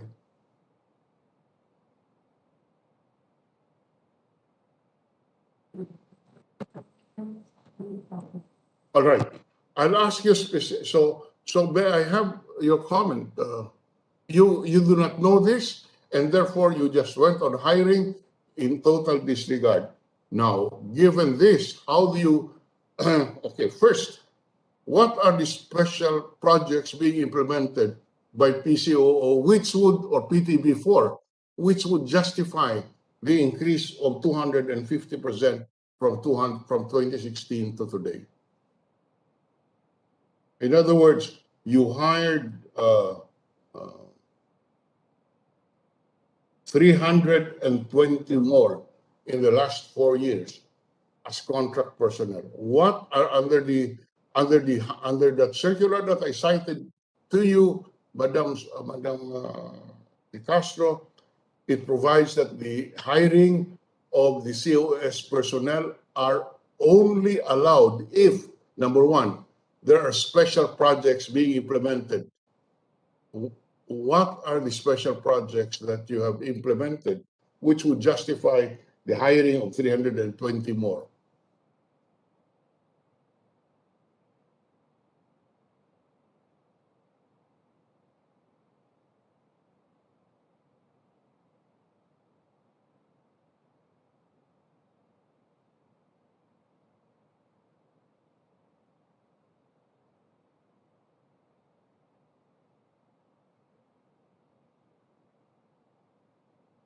Mr. Chairman, to answer that, we needed to hire more people for our operations. As we all know po, yes po, Mr. Chairman, Obviously, for your operation is not a special project. In other words, you are justifying this hiring as part of your operation, but the rules do not allow that. It only allows special projects being implemented. Rightfully, because they are called contract of service. Rightfully, they are for specific projects because they are not in the regular course. You have enough. You have 50. You have 59 permanent plantilla positions, and the DBM has determined that that is the plantilla position needed for the operation of PTB4. Your opinion to the contrary notwithstanding. So the first question is, what are the special projects being implemented by the PCOO which would justify the hiring of 320 more from 2016 to today? That is from 214 in 2016 to 534 today, or an increase of 250%.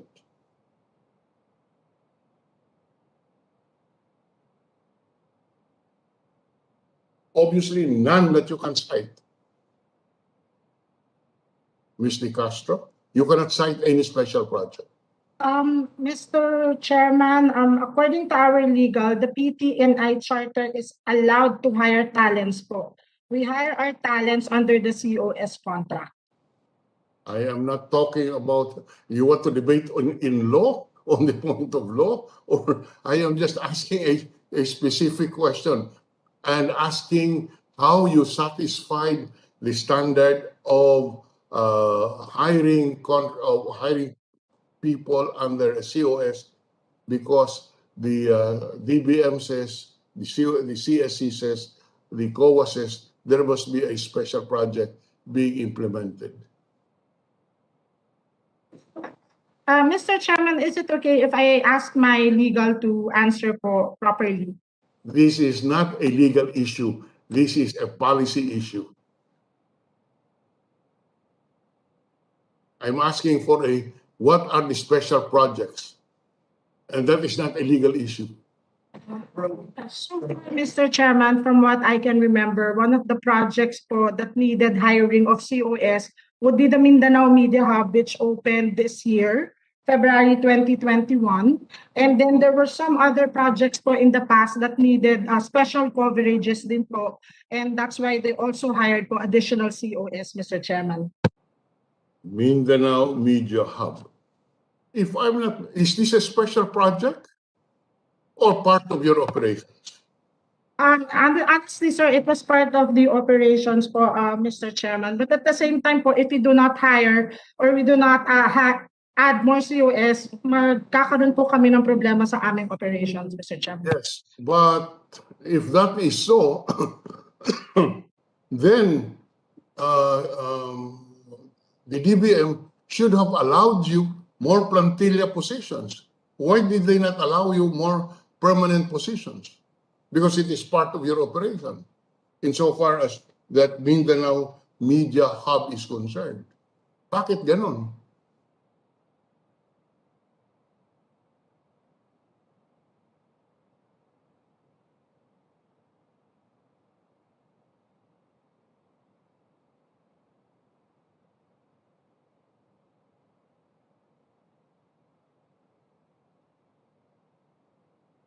I hope you can answer the questions, because these are the questions I will raise to the chairman of your committee when he presents your budget to the floor.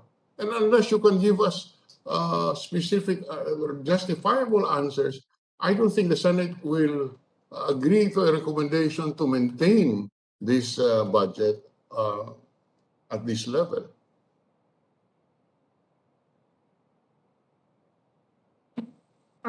Yes, Mr. Chairman. From what my team has been telling me, the problem with the COS has long been a problem talaga of PTV. it's because nga of the TO problems and all that. In terms of special projects po, sir, may mga times lang but very few wherein we need. But in terms of hiring of COS, it's really for the operations po, Mr. Chair. So you really cannot justify on the basis of the facts. You cannot. There is really no justification for the 534 COS personnel that you intend to continue in 2022. Mr. Chairman, hindi po sa ganun, Mr. Chairman. We need those COS para we can continue nga po with our operations. Well, but unfortunately, Ms. De Castro, I'm sorry to tell you, the DBM is not in agreement with you. Because if the DBM is in agreement with your position, they should have added to your permanent plantilla.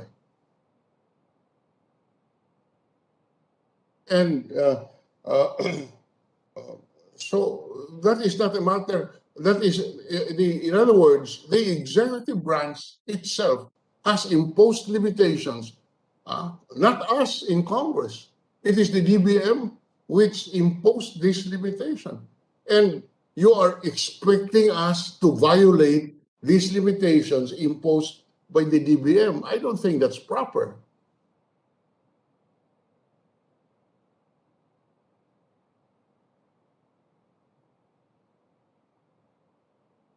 Mr. Chairman, we will be submitting on behalf of the PTNI the list of special projects. After this hearing, Mr. Chair, I will reach out to them, Mr. Chairman. So, thank you, Undersecretary Ablan.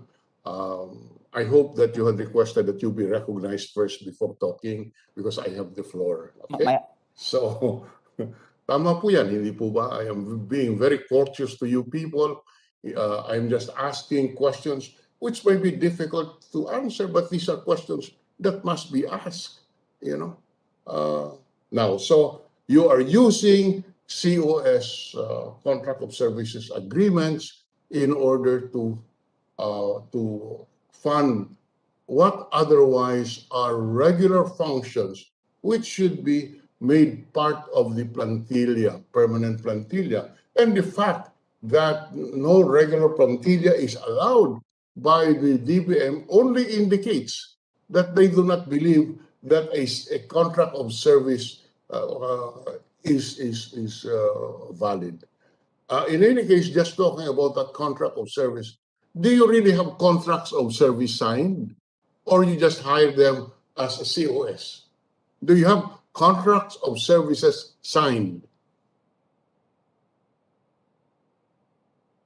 Yes or no? Mr. Chairman, for PTV po, we have po contracts talaga signed by the COSs as well as the submission of a daily time record and accomplishment reports, Mr. Chairman. I'm sorry, ma'am. I didn't hear you quite well. Yes. Contract of services? You Yes have po. signed agreements? We have contracts of services po for it, and at the same time we also have daily time records and we also have accomplishment reports. So tatlo po yon, Mr. Chairman, contract signed, daily time records, and accomplishment reports, Mr. Chairman. Have you submitted this to us or not? Yes, Mr. Chairman, it was submitted through the PCOO, Mr. Chairman. Oh, it was submitted to the PCOO. Yes. So you're saying that you have an agreement signed with these people, a contract for the engagement of their services, containing the terms of the engagement, including daily service reports. You have submitted this to the PCOO? Yes, Mr. Chairman. Aside po from the PCOO, because this was asked for last time during our hearing, we submitted all of the papers needed, all the documents to the PCO, and I believe USEC Chris Ablan's office submitted it to the Senate. I do not know, but my report is that we do not have copies of this contract of services that you're mentioning. Have you submitted this, Undersecretary Ablan? Mr. Chairman, first of all, I'd like to apologize for intervening a while ago without asking to be recognized. Mr. Chair, what we submitted was what was requested from the office, not the contracts of service, but the Yes. details on the budget, the names, the addresses, the job description, the period. Those were submitted, Mr. Chairman, not the contracts themselves. Not the contract itself. That is correct, Mr. Chairman. We did not submit Contracts existing? of service. We submitted the Are there actually agreements signed to support this contract of service? Or are they just vouchers or whatever, or appointments or what? What document has been signed in order that a contract of service relationship is established? Mr. Chairman, at the PCOO, we do have a actual contracts of service. These contracts of service signed these documents, and they are signed by me or the secretary, Mr. Chairman. Good. What about in the PTV?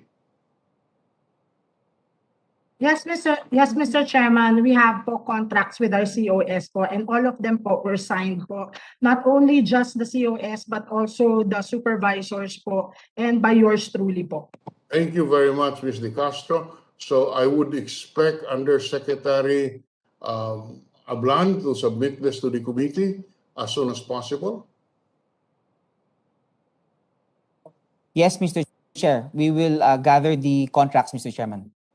Yes, Mr. Chairman, while you are offline, the PTB4 admitted that in complete disregard of Joint Circular Number 1 series of 2017 signed by Civil Service, by the DBM and the COA, they just had these COS contracts signed. Now, the said circular also allowed. So I take that back.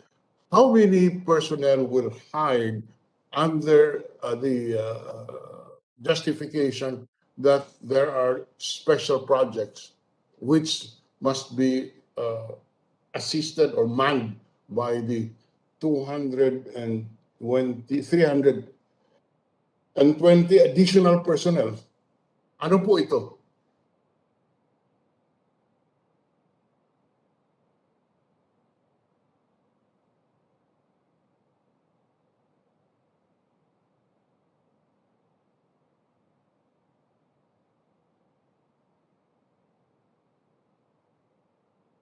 Ano ito mga special projects na ito? Wala.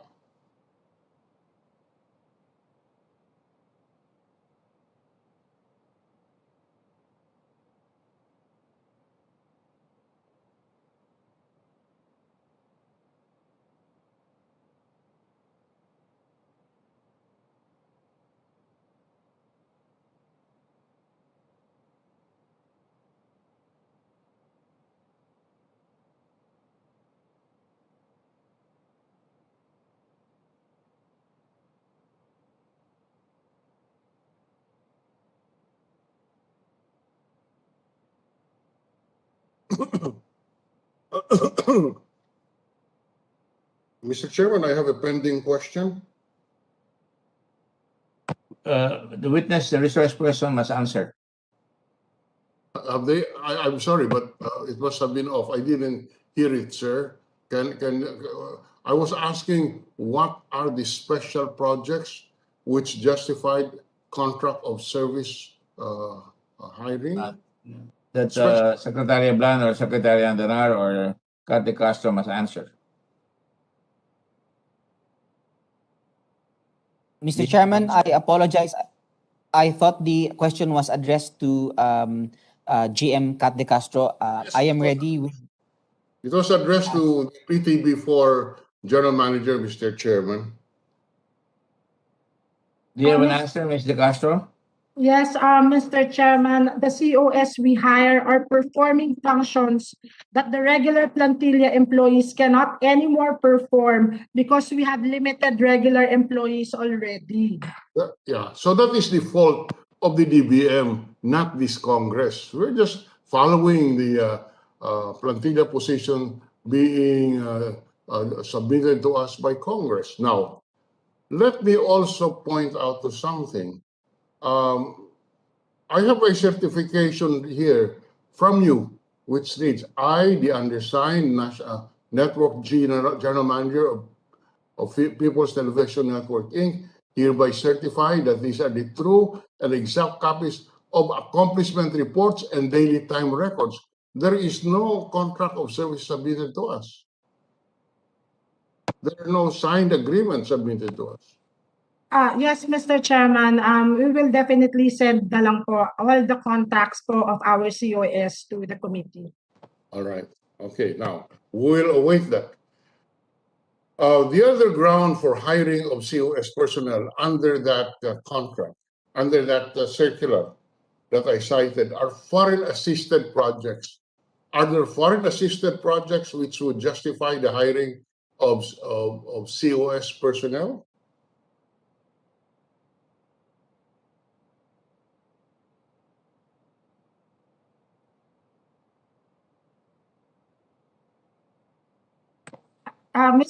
Mr. Chairman, from PTV's end, none po. Nothing None. foreign assisted.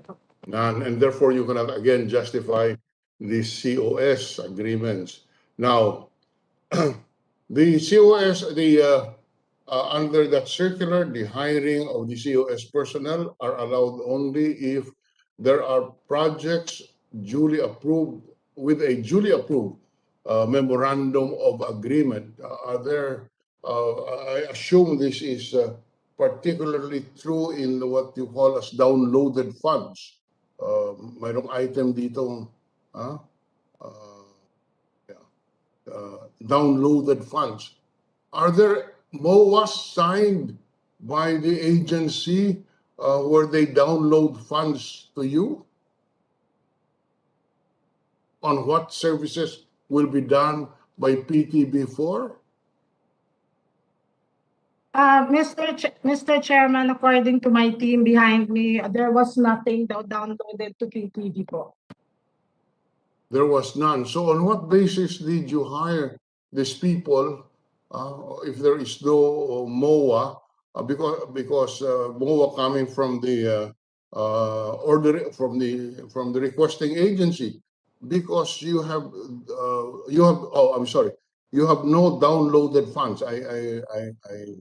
I take that back because the downloaded funds are with the PCOO proper.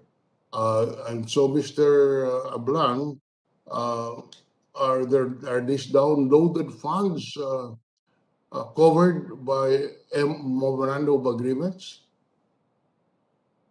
Mr. Chairman, yes, Mr. Chairman, these downloaded funds are covered by duly signed memorandum of agreements, also notarized, Mr. Chairman. Who can you give me as a general idea of which agencies have downloaded funds to PTV4? Or I'm sorry, to PCOO proper? Yes, Mr. Chairman, we have downloaded funds from the Philippine Statistics Authority. We also have downloaded funds from the Department of Energy. We also have downloaded funds from the National Housing Authority, Mr. Chair, NHA. So these are additional budgets that you get, in effect. These are budgets transferred to your agency. That is correct, Mr. Chairman. Do you have copies of these memorandum of agreements? Yes, Mr. Chairman, we have copies. Yes, can you submit this to us? I want to know what are the funds downloaded to you and how much? Yes, Mr. Chairman, we will submit to the committee. Please. Now, just a few more questions. I'm sorry I have to ask these detailed questions.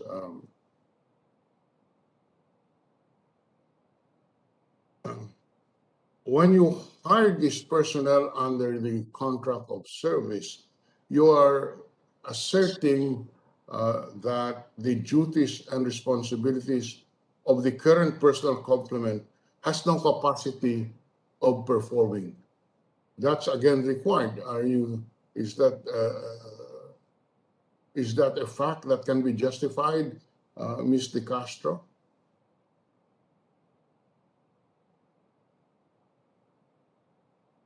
I will repeat, under the joint circular, you can hire COS personnel if there are duties and responsibilities that the current personnel complement would not have the capacity or the talent of performing. Is that a fact? In other words, none of your personnel would be able to hire to perform the task that you have contracted under the contract of services system?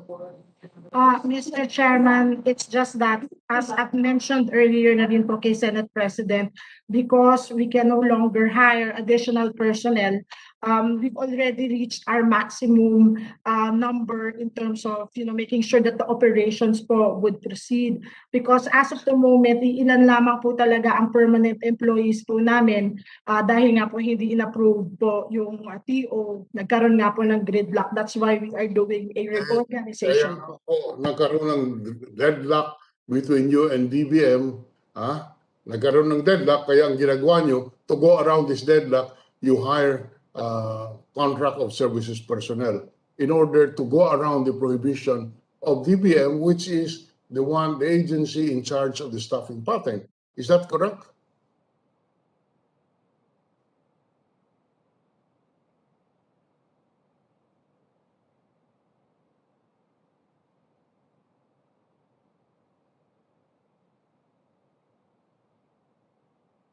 Mr. Chairman, once again, I'd like to reiterate that we cannot hire because our problems with the organization. In 2016, the management then offered early retirement options to the regular employees. A number of employees availed of it, but we were not allowed to fill those positions under the GCG approved TO.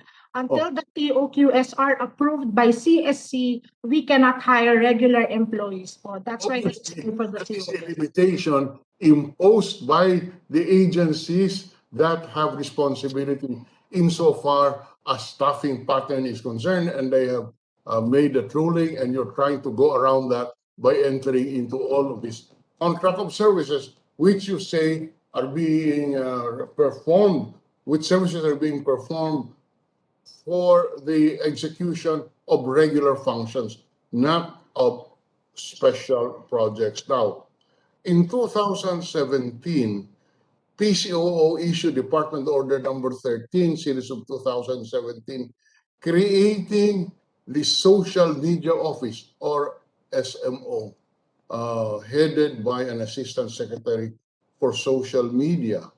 Mr. Ablan, can you put on record what are the functions of the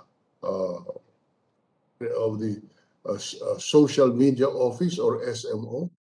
And that's number one. Number two, can you just create an office through a department order?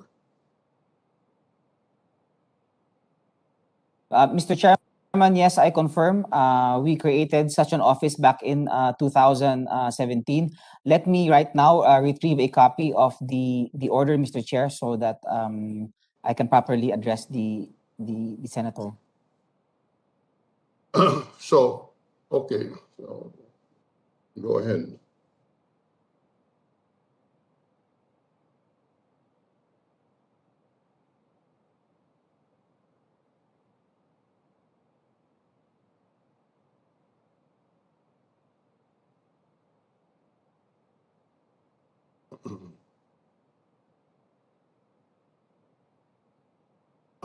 Yes, is there?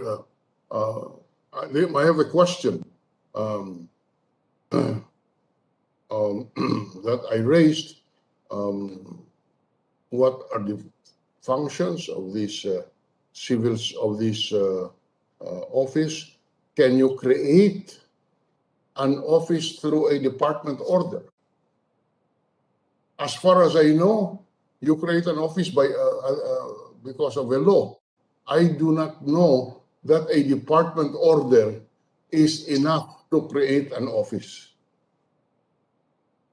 Mr. Chairman, may I be recognized? Yes, please. Yes, Mr. Chair, the creation of this office is just internal to the PCOO, insofar as it designates an assistant secretary to lead the social media office. Mr. Chair, just to update the senator, the good senator, Mr. Chair, the office has already been superseded or replaced by the office of the Undersecretary for New Media. The said assistant secretary no longer is part of the Presidential Communications Operations Office, Mr. Chairman. Yeah, okay. So I go back to my question. Can a simple department order create an office legally?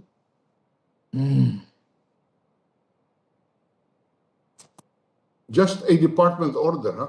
And you're saying this is internal to PCOO. I'm sorry, sir, but creation of an office is never internal.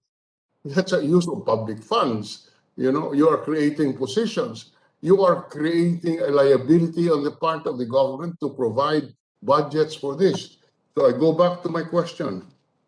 Is the creation of an office legally feasible under a department order? Point number two, you're saying that you have now elevated this into the office of undersecretary. Makes your situation worse because the undersecretary positions are created under the law and by virtue of the administrative code. You cannot issue a department order to create a position of undersecretary of an office of social media office headed by an assistant secretary for social media. Now you're saying this has been abolished because it is now headed by an youth undersecretary. Mr. Ablan, you can consult any lawyer, but I don't think you can find authority to support your proposition that a department order can create an office. It is even doubtful if the president can create an office through an executive order. But for you to assert that you're creating an office because of department order is even worse. You are arrogating to yourself a function and a power reserved to Congress. And we have not delegated that power to you. How do you legally justify the creation of an office under a department order? And you made it worse by elevating now the head of that office as an undersecretary, not just an assistant secretary. Mr. Chairman, again, I already have a copy of the department order. It's DO number 13 series of 2017. Yes, I have that also. The department order number 13 series of 2017 creating the social media office or SMO headed by an assistant secretary for social media. The question I raise is, can you create a public office by virtue under a department order issued only by the secretary, not created by law? Is the department secretary authorized by law to create an office under the PCOO? Mr. Undersecretary, Secretary Ablan, I'm sorry, but I totally disagree with your statement that this is internal to the PCOO. Use of public funds can never be internal to a department. Mr. Chair, we maintain that the department order is in order, Mr. Chair, that the secretary could create an ad hoc office, in this case, a social media office, Mr. Chairman. Yes. Can you submit to the committee the legal justification which would empower a secretary to create an office through a department order? Because I have been a lawyer for 50 years. I have been involved in public law for the last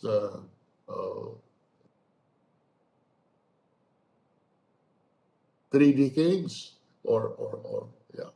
but I am not aware that a department secretary can create an office, appoint personnel by virtue of that creation, by virtue of a department order, and you have made it worse by elevating the assistant secretary, the head from an assistant secretary to an undersecretary. Anyway, if Senator Gordon will present your budget, I will intend to raise this when the time comes.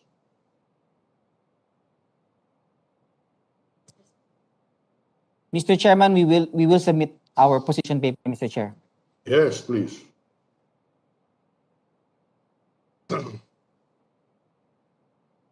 Now, we note that the qualifications, educational qualifications of those hired under contract of service has nothing to do with their positions, requirements of their position. In fact, there is an item, media consultant. What does this mean?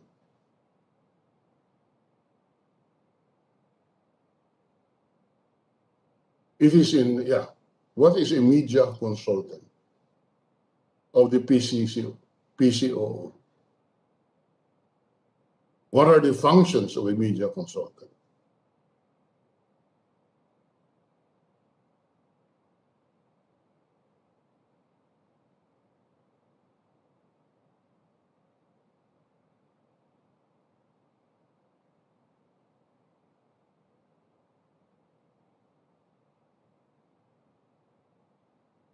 Mr. Chairman, we have an example of the functions and responsibilities of a media consultant. Under our submission, a media consultant assists the secretary in various public relations functions, manages and maintains the positive reputation of the PCO to the media community, as well as to promote the best interests of the agency through media relations, and performs other functions that may be assigned from time to time by the secretary. That is an example of the functions and responsibilities of a media consultant, Mr. Chairman. Yes, yes, that is so stated in your submissions. But would the function of the media consultant include the promotion and projection of a public official as found in the Facebook of the media consultant? Mr. Chairman, I don't think I fully understood the query of There Senator is a media consultant that PTV that you hired. Okay? The Facebook of that media consultant states all of the activities of a particular public official. Nothing to do with maintaining the positive reputation of the PCOO to the media community. Nothing to do with that. That particular media consultant was promoting a particular official. Is that a valid way of spending public funds? Have you ever verified this? Why this is happening? Makikita mo naman eh. In other words, what I'm doing is to cite to you instances where we believe that public funds are being used for partisan politics. And other than for which the law intended.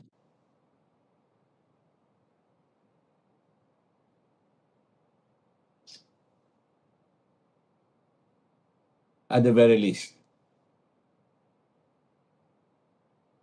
And that is why, Mr. Chairman, I have gone in the past 30 minutes on some detail on the way the PCOO has been administering the budget, has been providing funds because of instances such as this.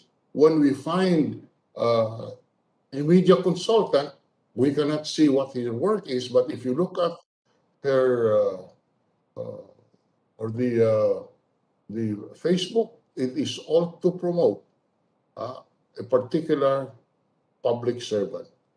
Is that the function of a media consultant you have hired?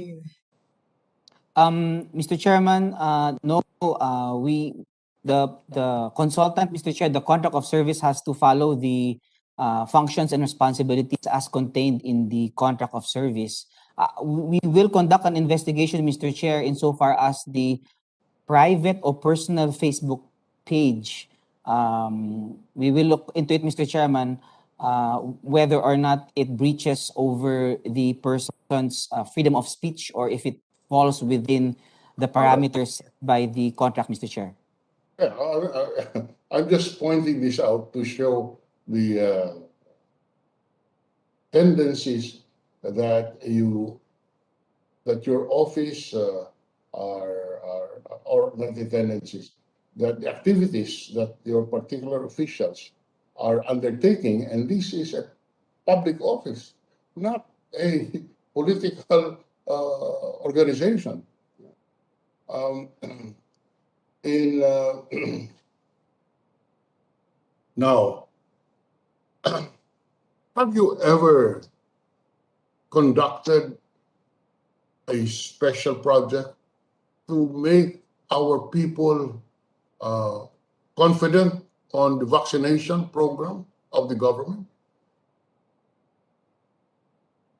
Yes, Mr. Chairman. We do have a program on the vaccination.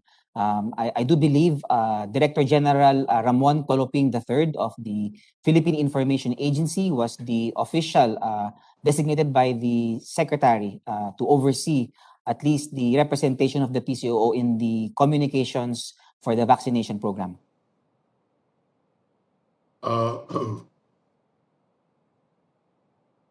Is it not a fact that several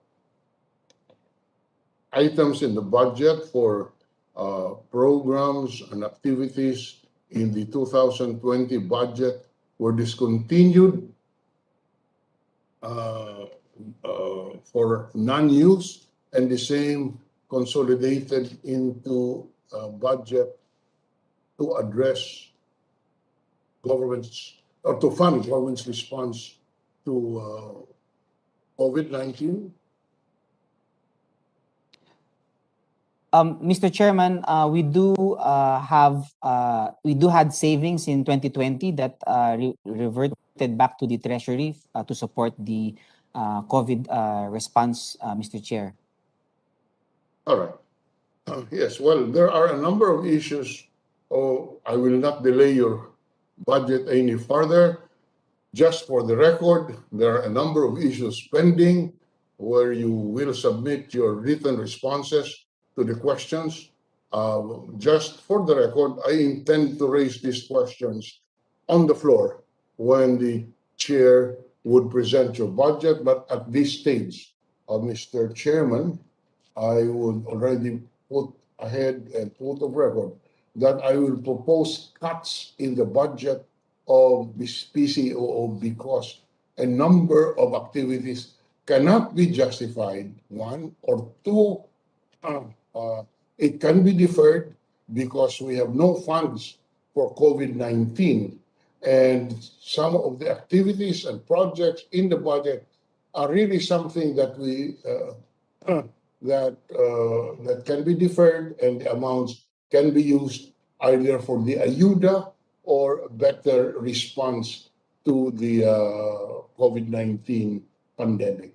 So with that, Mr. Chairman, I will submit my proposed cuts in the budget of the PCOO, Mr. Chairman.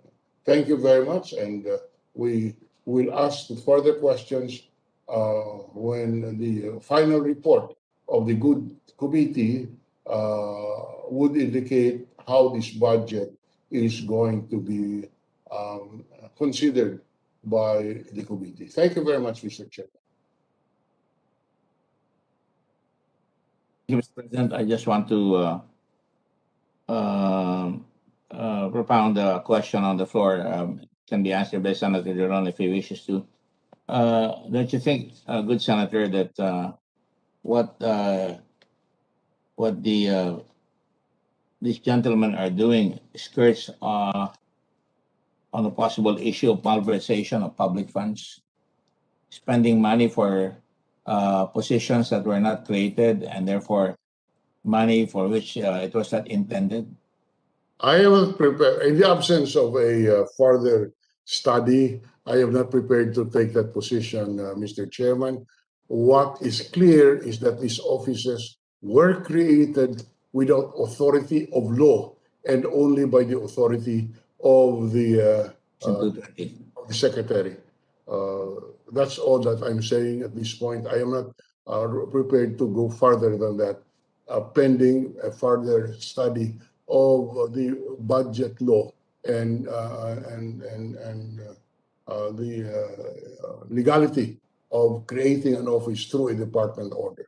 Thank you very much, sir. Thank you, Mr. Senator. I just want to admonish the officials of the PCOO that this skirts is a very difficult issues, and I really am finding it harder and harder to try and justify it unless they will be cut off, because to my mind,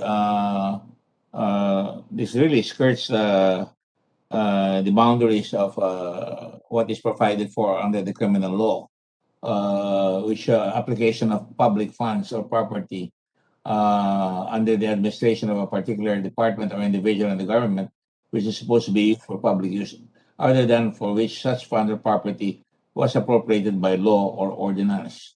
And there are penal provisions for that. I just want to warn you guys that this is a very, very thin ice that we're skating on, especially if you look at all the matters on limitations of the use of money for contractual services. It is very, very clearly delineated that they can only be used. Are you aware of that, Secretary Blan, Secretary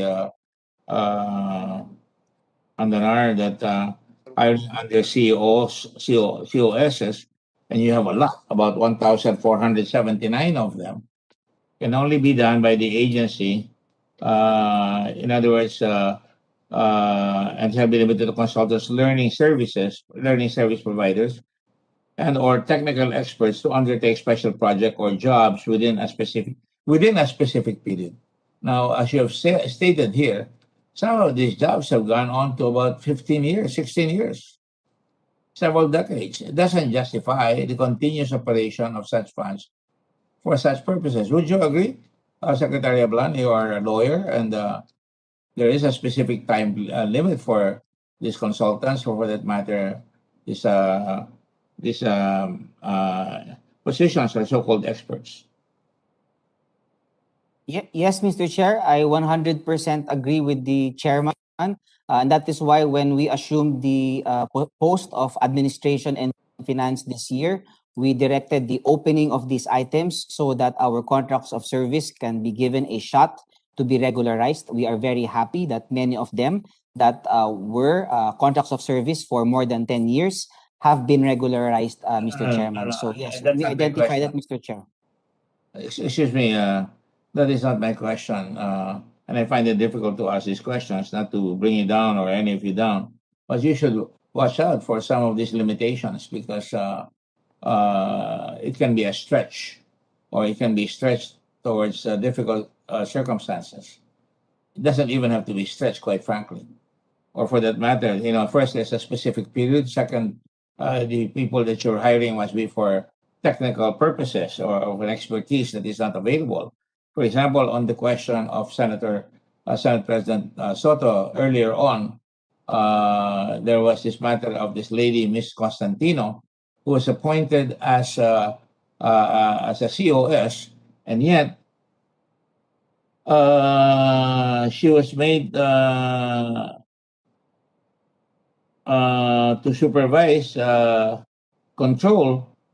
exercise control or supervision over even regular and career employees. Would I be correct when I say that, when I cite that under 7.4 of the limitations? governing contract of service and job order workers in the government service? Yes, Mr. Chair, the chairman is correct. 7.4 limits COS and JOs from not being designated to positions exercising control and supervision over Had there regular not been employees. any brouhaha over what she did, it would not have been found out. And now that it has been found out, it is now out in the open. That's why I asked you a letter to explain what you're going to do about that, because that would help me justify the situation, wouldn't it? Or at least try to justify the situation. I'm trying to help you here. Not because Yes, you're Mr. my Chairman. brother, but a fraternity brother, because you're not going to get any help from me if you did an illegal act. Let me assure you that. The Yes, very Mr. Chair. We was found out will and the people be submitting. complained about what she was doing, exposed the department to such public scrutiny that can lead to disastrous consequences. Do you understand me, Director De Castro, General Manager De Castro?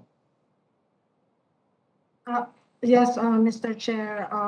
Just for the record po, Constantino is an administrative assistant po. But just the same, I can guarantee you po na lahat po ng mga OICs namin dito ngayon o yung mga topmost positions po for the divisions are now regular employees po. Tinigil na po namin yung practice na I COS was po ang told that Constantino was a COS earlier.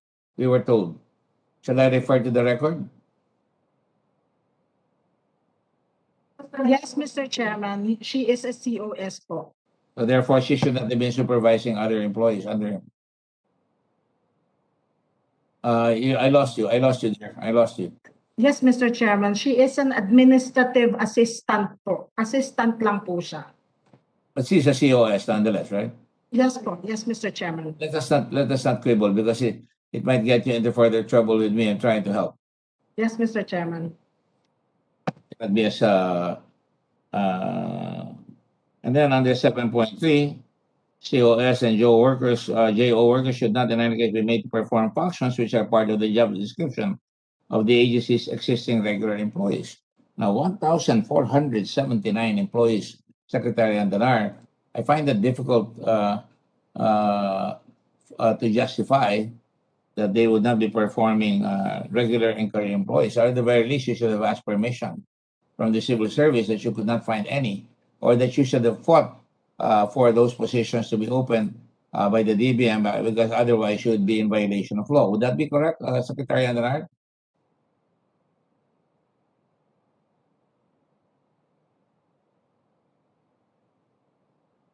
Yes, Mr. Chairman. Early on, I wrote something down and trying to look for it I mean, you guys prepare the budget, right? Your people, and you prepare the budget for the department, correct? Is that correct? Yes, Mr. Chairman. So you have every opportunity to appoint the right man with the right salary. Would that be correct? Yes, Mr. Chairman. Would it be therefore under pressure from other people to appoint people who may not be the right people for the job, but we just want to occupy a position, for as silly as we can get these votes, one, or they can act as Senator Ridon often refers to them as trolls, and I tend to agree with that. No, Mr. Chairman.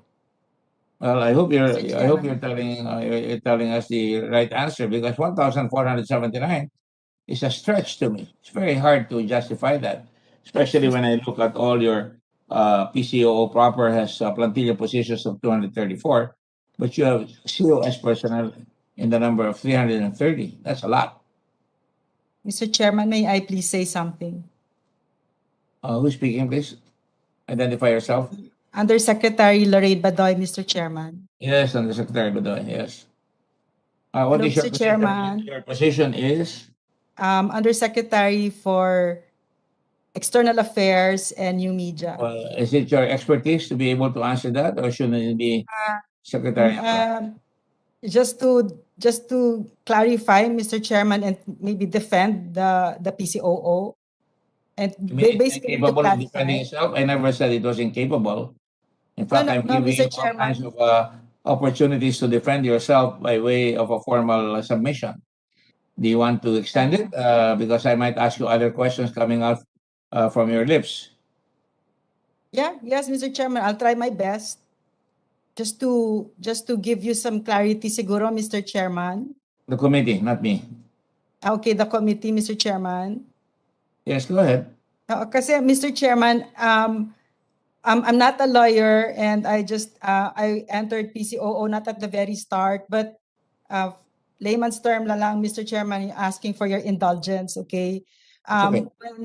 The truth is, we've had to hire that kind of that number of personnel because the president ano lang talaga siya to make sure that operations would really continue. It's not to circumvent or like yung trolls again, because that there's no such thing as a troll farm for the PCOO, no such thing. And also Mr. Chairman, Well, the I think that has the already truth been is, stated earlier, yeah. Erla, no? I mean, you're just repeating it and No, can I that's just, already been Mr. stated by I think Chairman? no less than the Secretary of the PCO said that. You have no troll farms, or even Secretary of Lana said that. But So you're also, just Mr. reiterating the defense. Yeah, I'll say something new then. I'll say something new, Mr. Chairman, is that this president is a working president and that he's had to travel and go to places, and we've had to really follow him and cover him and bring his programs to the people. And from what I Don't tell me what understand, I already know, please. I already know that every president has a staff. Every president has got to have a staff. Every president has got, but you have to do it in the right way. There are two ways of doing it: the right way and the wrong way. So try not to justify that. That's very thin ice. That's very thin ice. I'm not looking for fault here. I'm just citing to you the law, chapter, and verse, and you should stay within the law. That's what I'm saying. okay. You see, this is going to be brought before the whole Senate, and I already had a statement by Senator Dillon that he's going to ask these questions. How am I going to answer that? And that's why I asked you for a letter. Did I not? Okay, Mr. Chairman. In fact, I would even go as far as justifying every position. 1,479. Kind of difficult for me to answer for something that I'm not even aware because I'm just the messenger. Don't shoot the messenger. All right? Okay, Mr. Chairman, Thank thank you for your you. loyalty to the department that you're president. I could have argued with you on that point, but I don't want to do that. All right, there's Thank you, a Mr. time and Chairman. place for that. All right. Mr. It just so Chairman, happens that this is an election year, and there have been so much. There was even an item. Are you familiar with that, Secretary Antonar? You're a good man in media. We worked together in Channel 5. There was an article, I think, by Jessica Soho in another channel that says how troll farms are created. They have about 500 to 1,500 people, close to the number that you're looking at here, and they're paid anywhere from 14,000. Yeah, people paid 14,000 or even 40,000. Those numbers were made, and it made an impression on me. So whether or not you have troll farms, you cannot help the public from looking at that. And besides, you're snake bit from the very beginning. When Secretary Tadad spoke, for example, for the president in declaration of martial law, he was already categorized as a defender of the president, which is what you're supposed to do. But upon the other hand, the government allows you appropriations to defend the position of the government in an objective manner, in a BBC, Canadian broadcasting, or for that matter, Australian broadcasting way, which means that you get that credibility by allowing free discourse, free statement of fact by your own people, so that nobody commits suicide. All right. So to me, that is the justification for the Secretary de Castro's position. And I'm just, sinasabi ko lang sa inyo na dapat sundin nyo yung batas. At dahil maraming umaalingaw, dapat mapaliwanag natin yan. Dahil maraming kakandidato sa Senado eh. Secretary Pacquiao, si Senator Pacquiao, Senator Soto, no? Sila Senator Lacson, right? And who knows who's going to come out of the woodwork.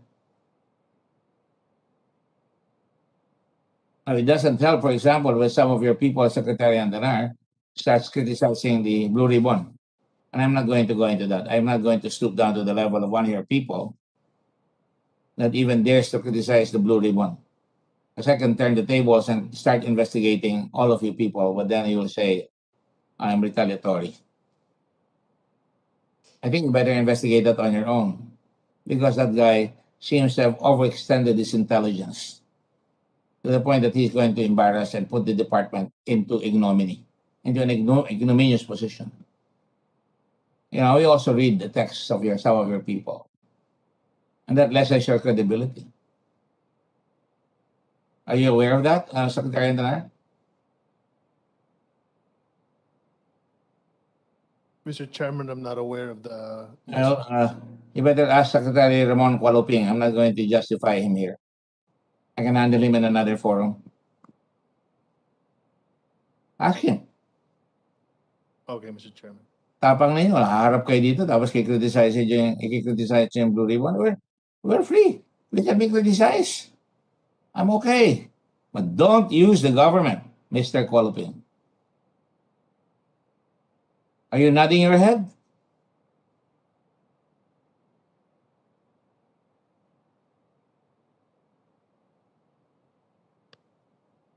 Like when I made a statement about Jacba, that's a statement of fact.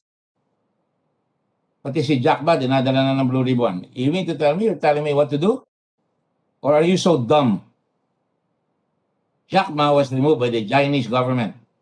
And you have somebody here by the name of Mr. Michael Yang, who's been appointed economic advisor of the president, which is against the law as far as I'm concerned. Even dangerous to the national security of our people. But do not infer upon you intellectual capacities that are far, far short of your capability. I just referred you to your secretary for your proper handling, because when you're going to come here and ask for our support, you better make sure you're clean. I'm not sensitive to that. Normally, I would not react to that. I just want, how dare you?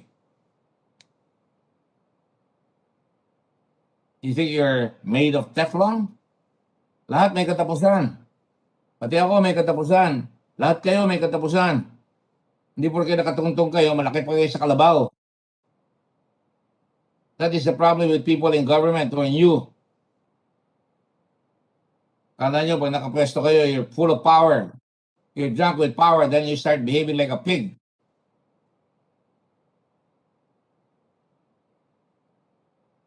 What is the pleasure of Senator Drilon? Shall we approve this budget with reservations, or subject to the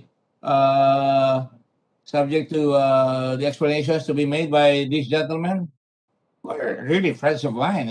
I'm proud to be their fraternity brother. Secretary Andanar is an Epsilonian, and I'm proud. That's we have principles. That's a Sigma Rho principles. We kid about it, but you know, when you cross the line, the fraternity stops. The fraternal ties stop. My own feeling right now is just say we give you a zero budget. I don't think you like that, right? So just follow the suggestion of the chairman and make sure you make an explanations in writing. Because it's going to be very difficult for me to justify. You know, they'll go about it with a fine-tooth comb.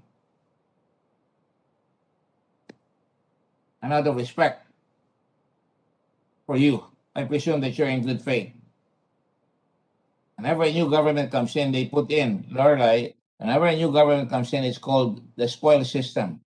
You try to put in a lot of people into government. Utang na loob, sabi nga nila. But in this particular case, since we're approaching an election, baka umabot siya doon sa tinatawag nating trolls. And I call it a word to the wise is sufficient.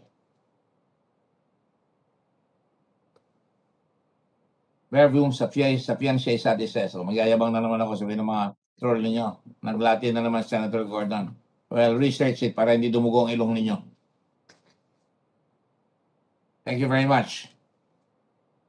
I will await your explanation, after which I will talk with my peers and my colleagues whom I respect here in the Senate, and then make the decision, and I will suspend making any recommendation at the moment. Unless you want to have another hearing so that I can hear your formalities. What is your pleasure, Secretary Andanar? Secretary Andanar? Well, Mr. Chair, Yes, sir.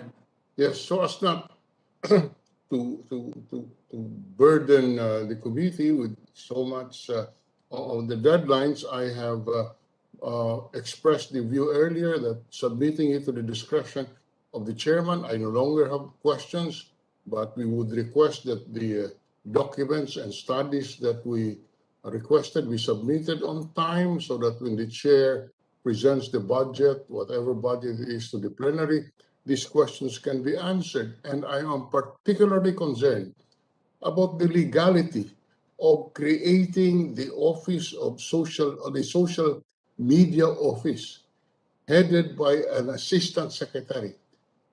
Now it's an undersecretary.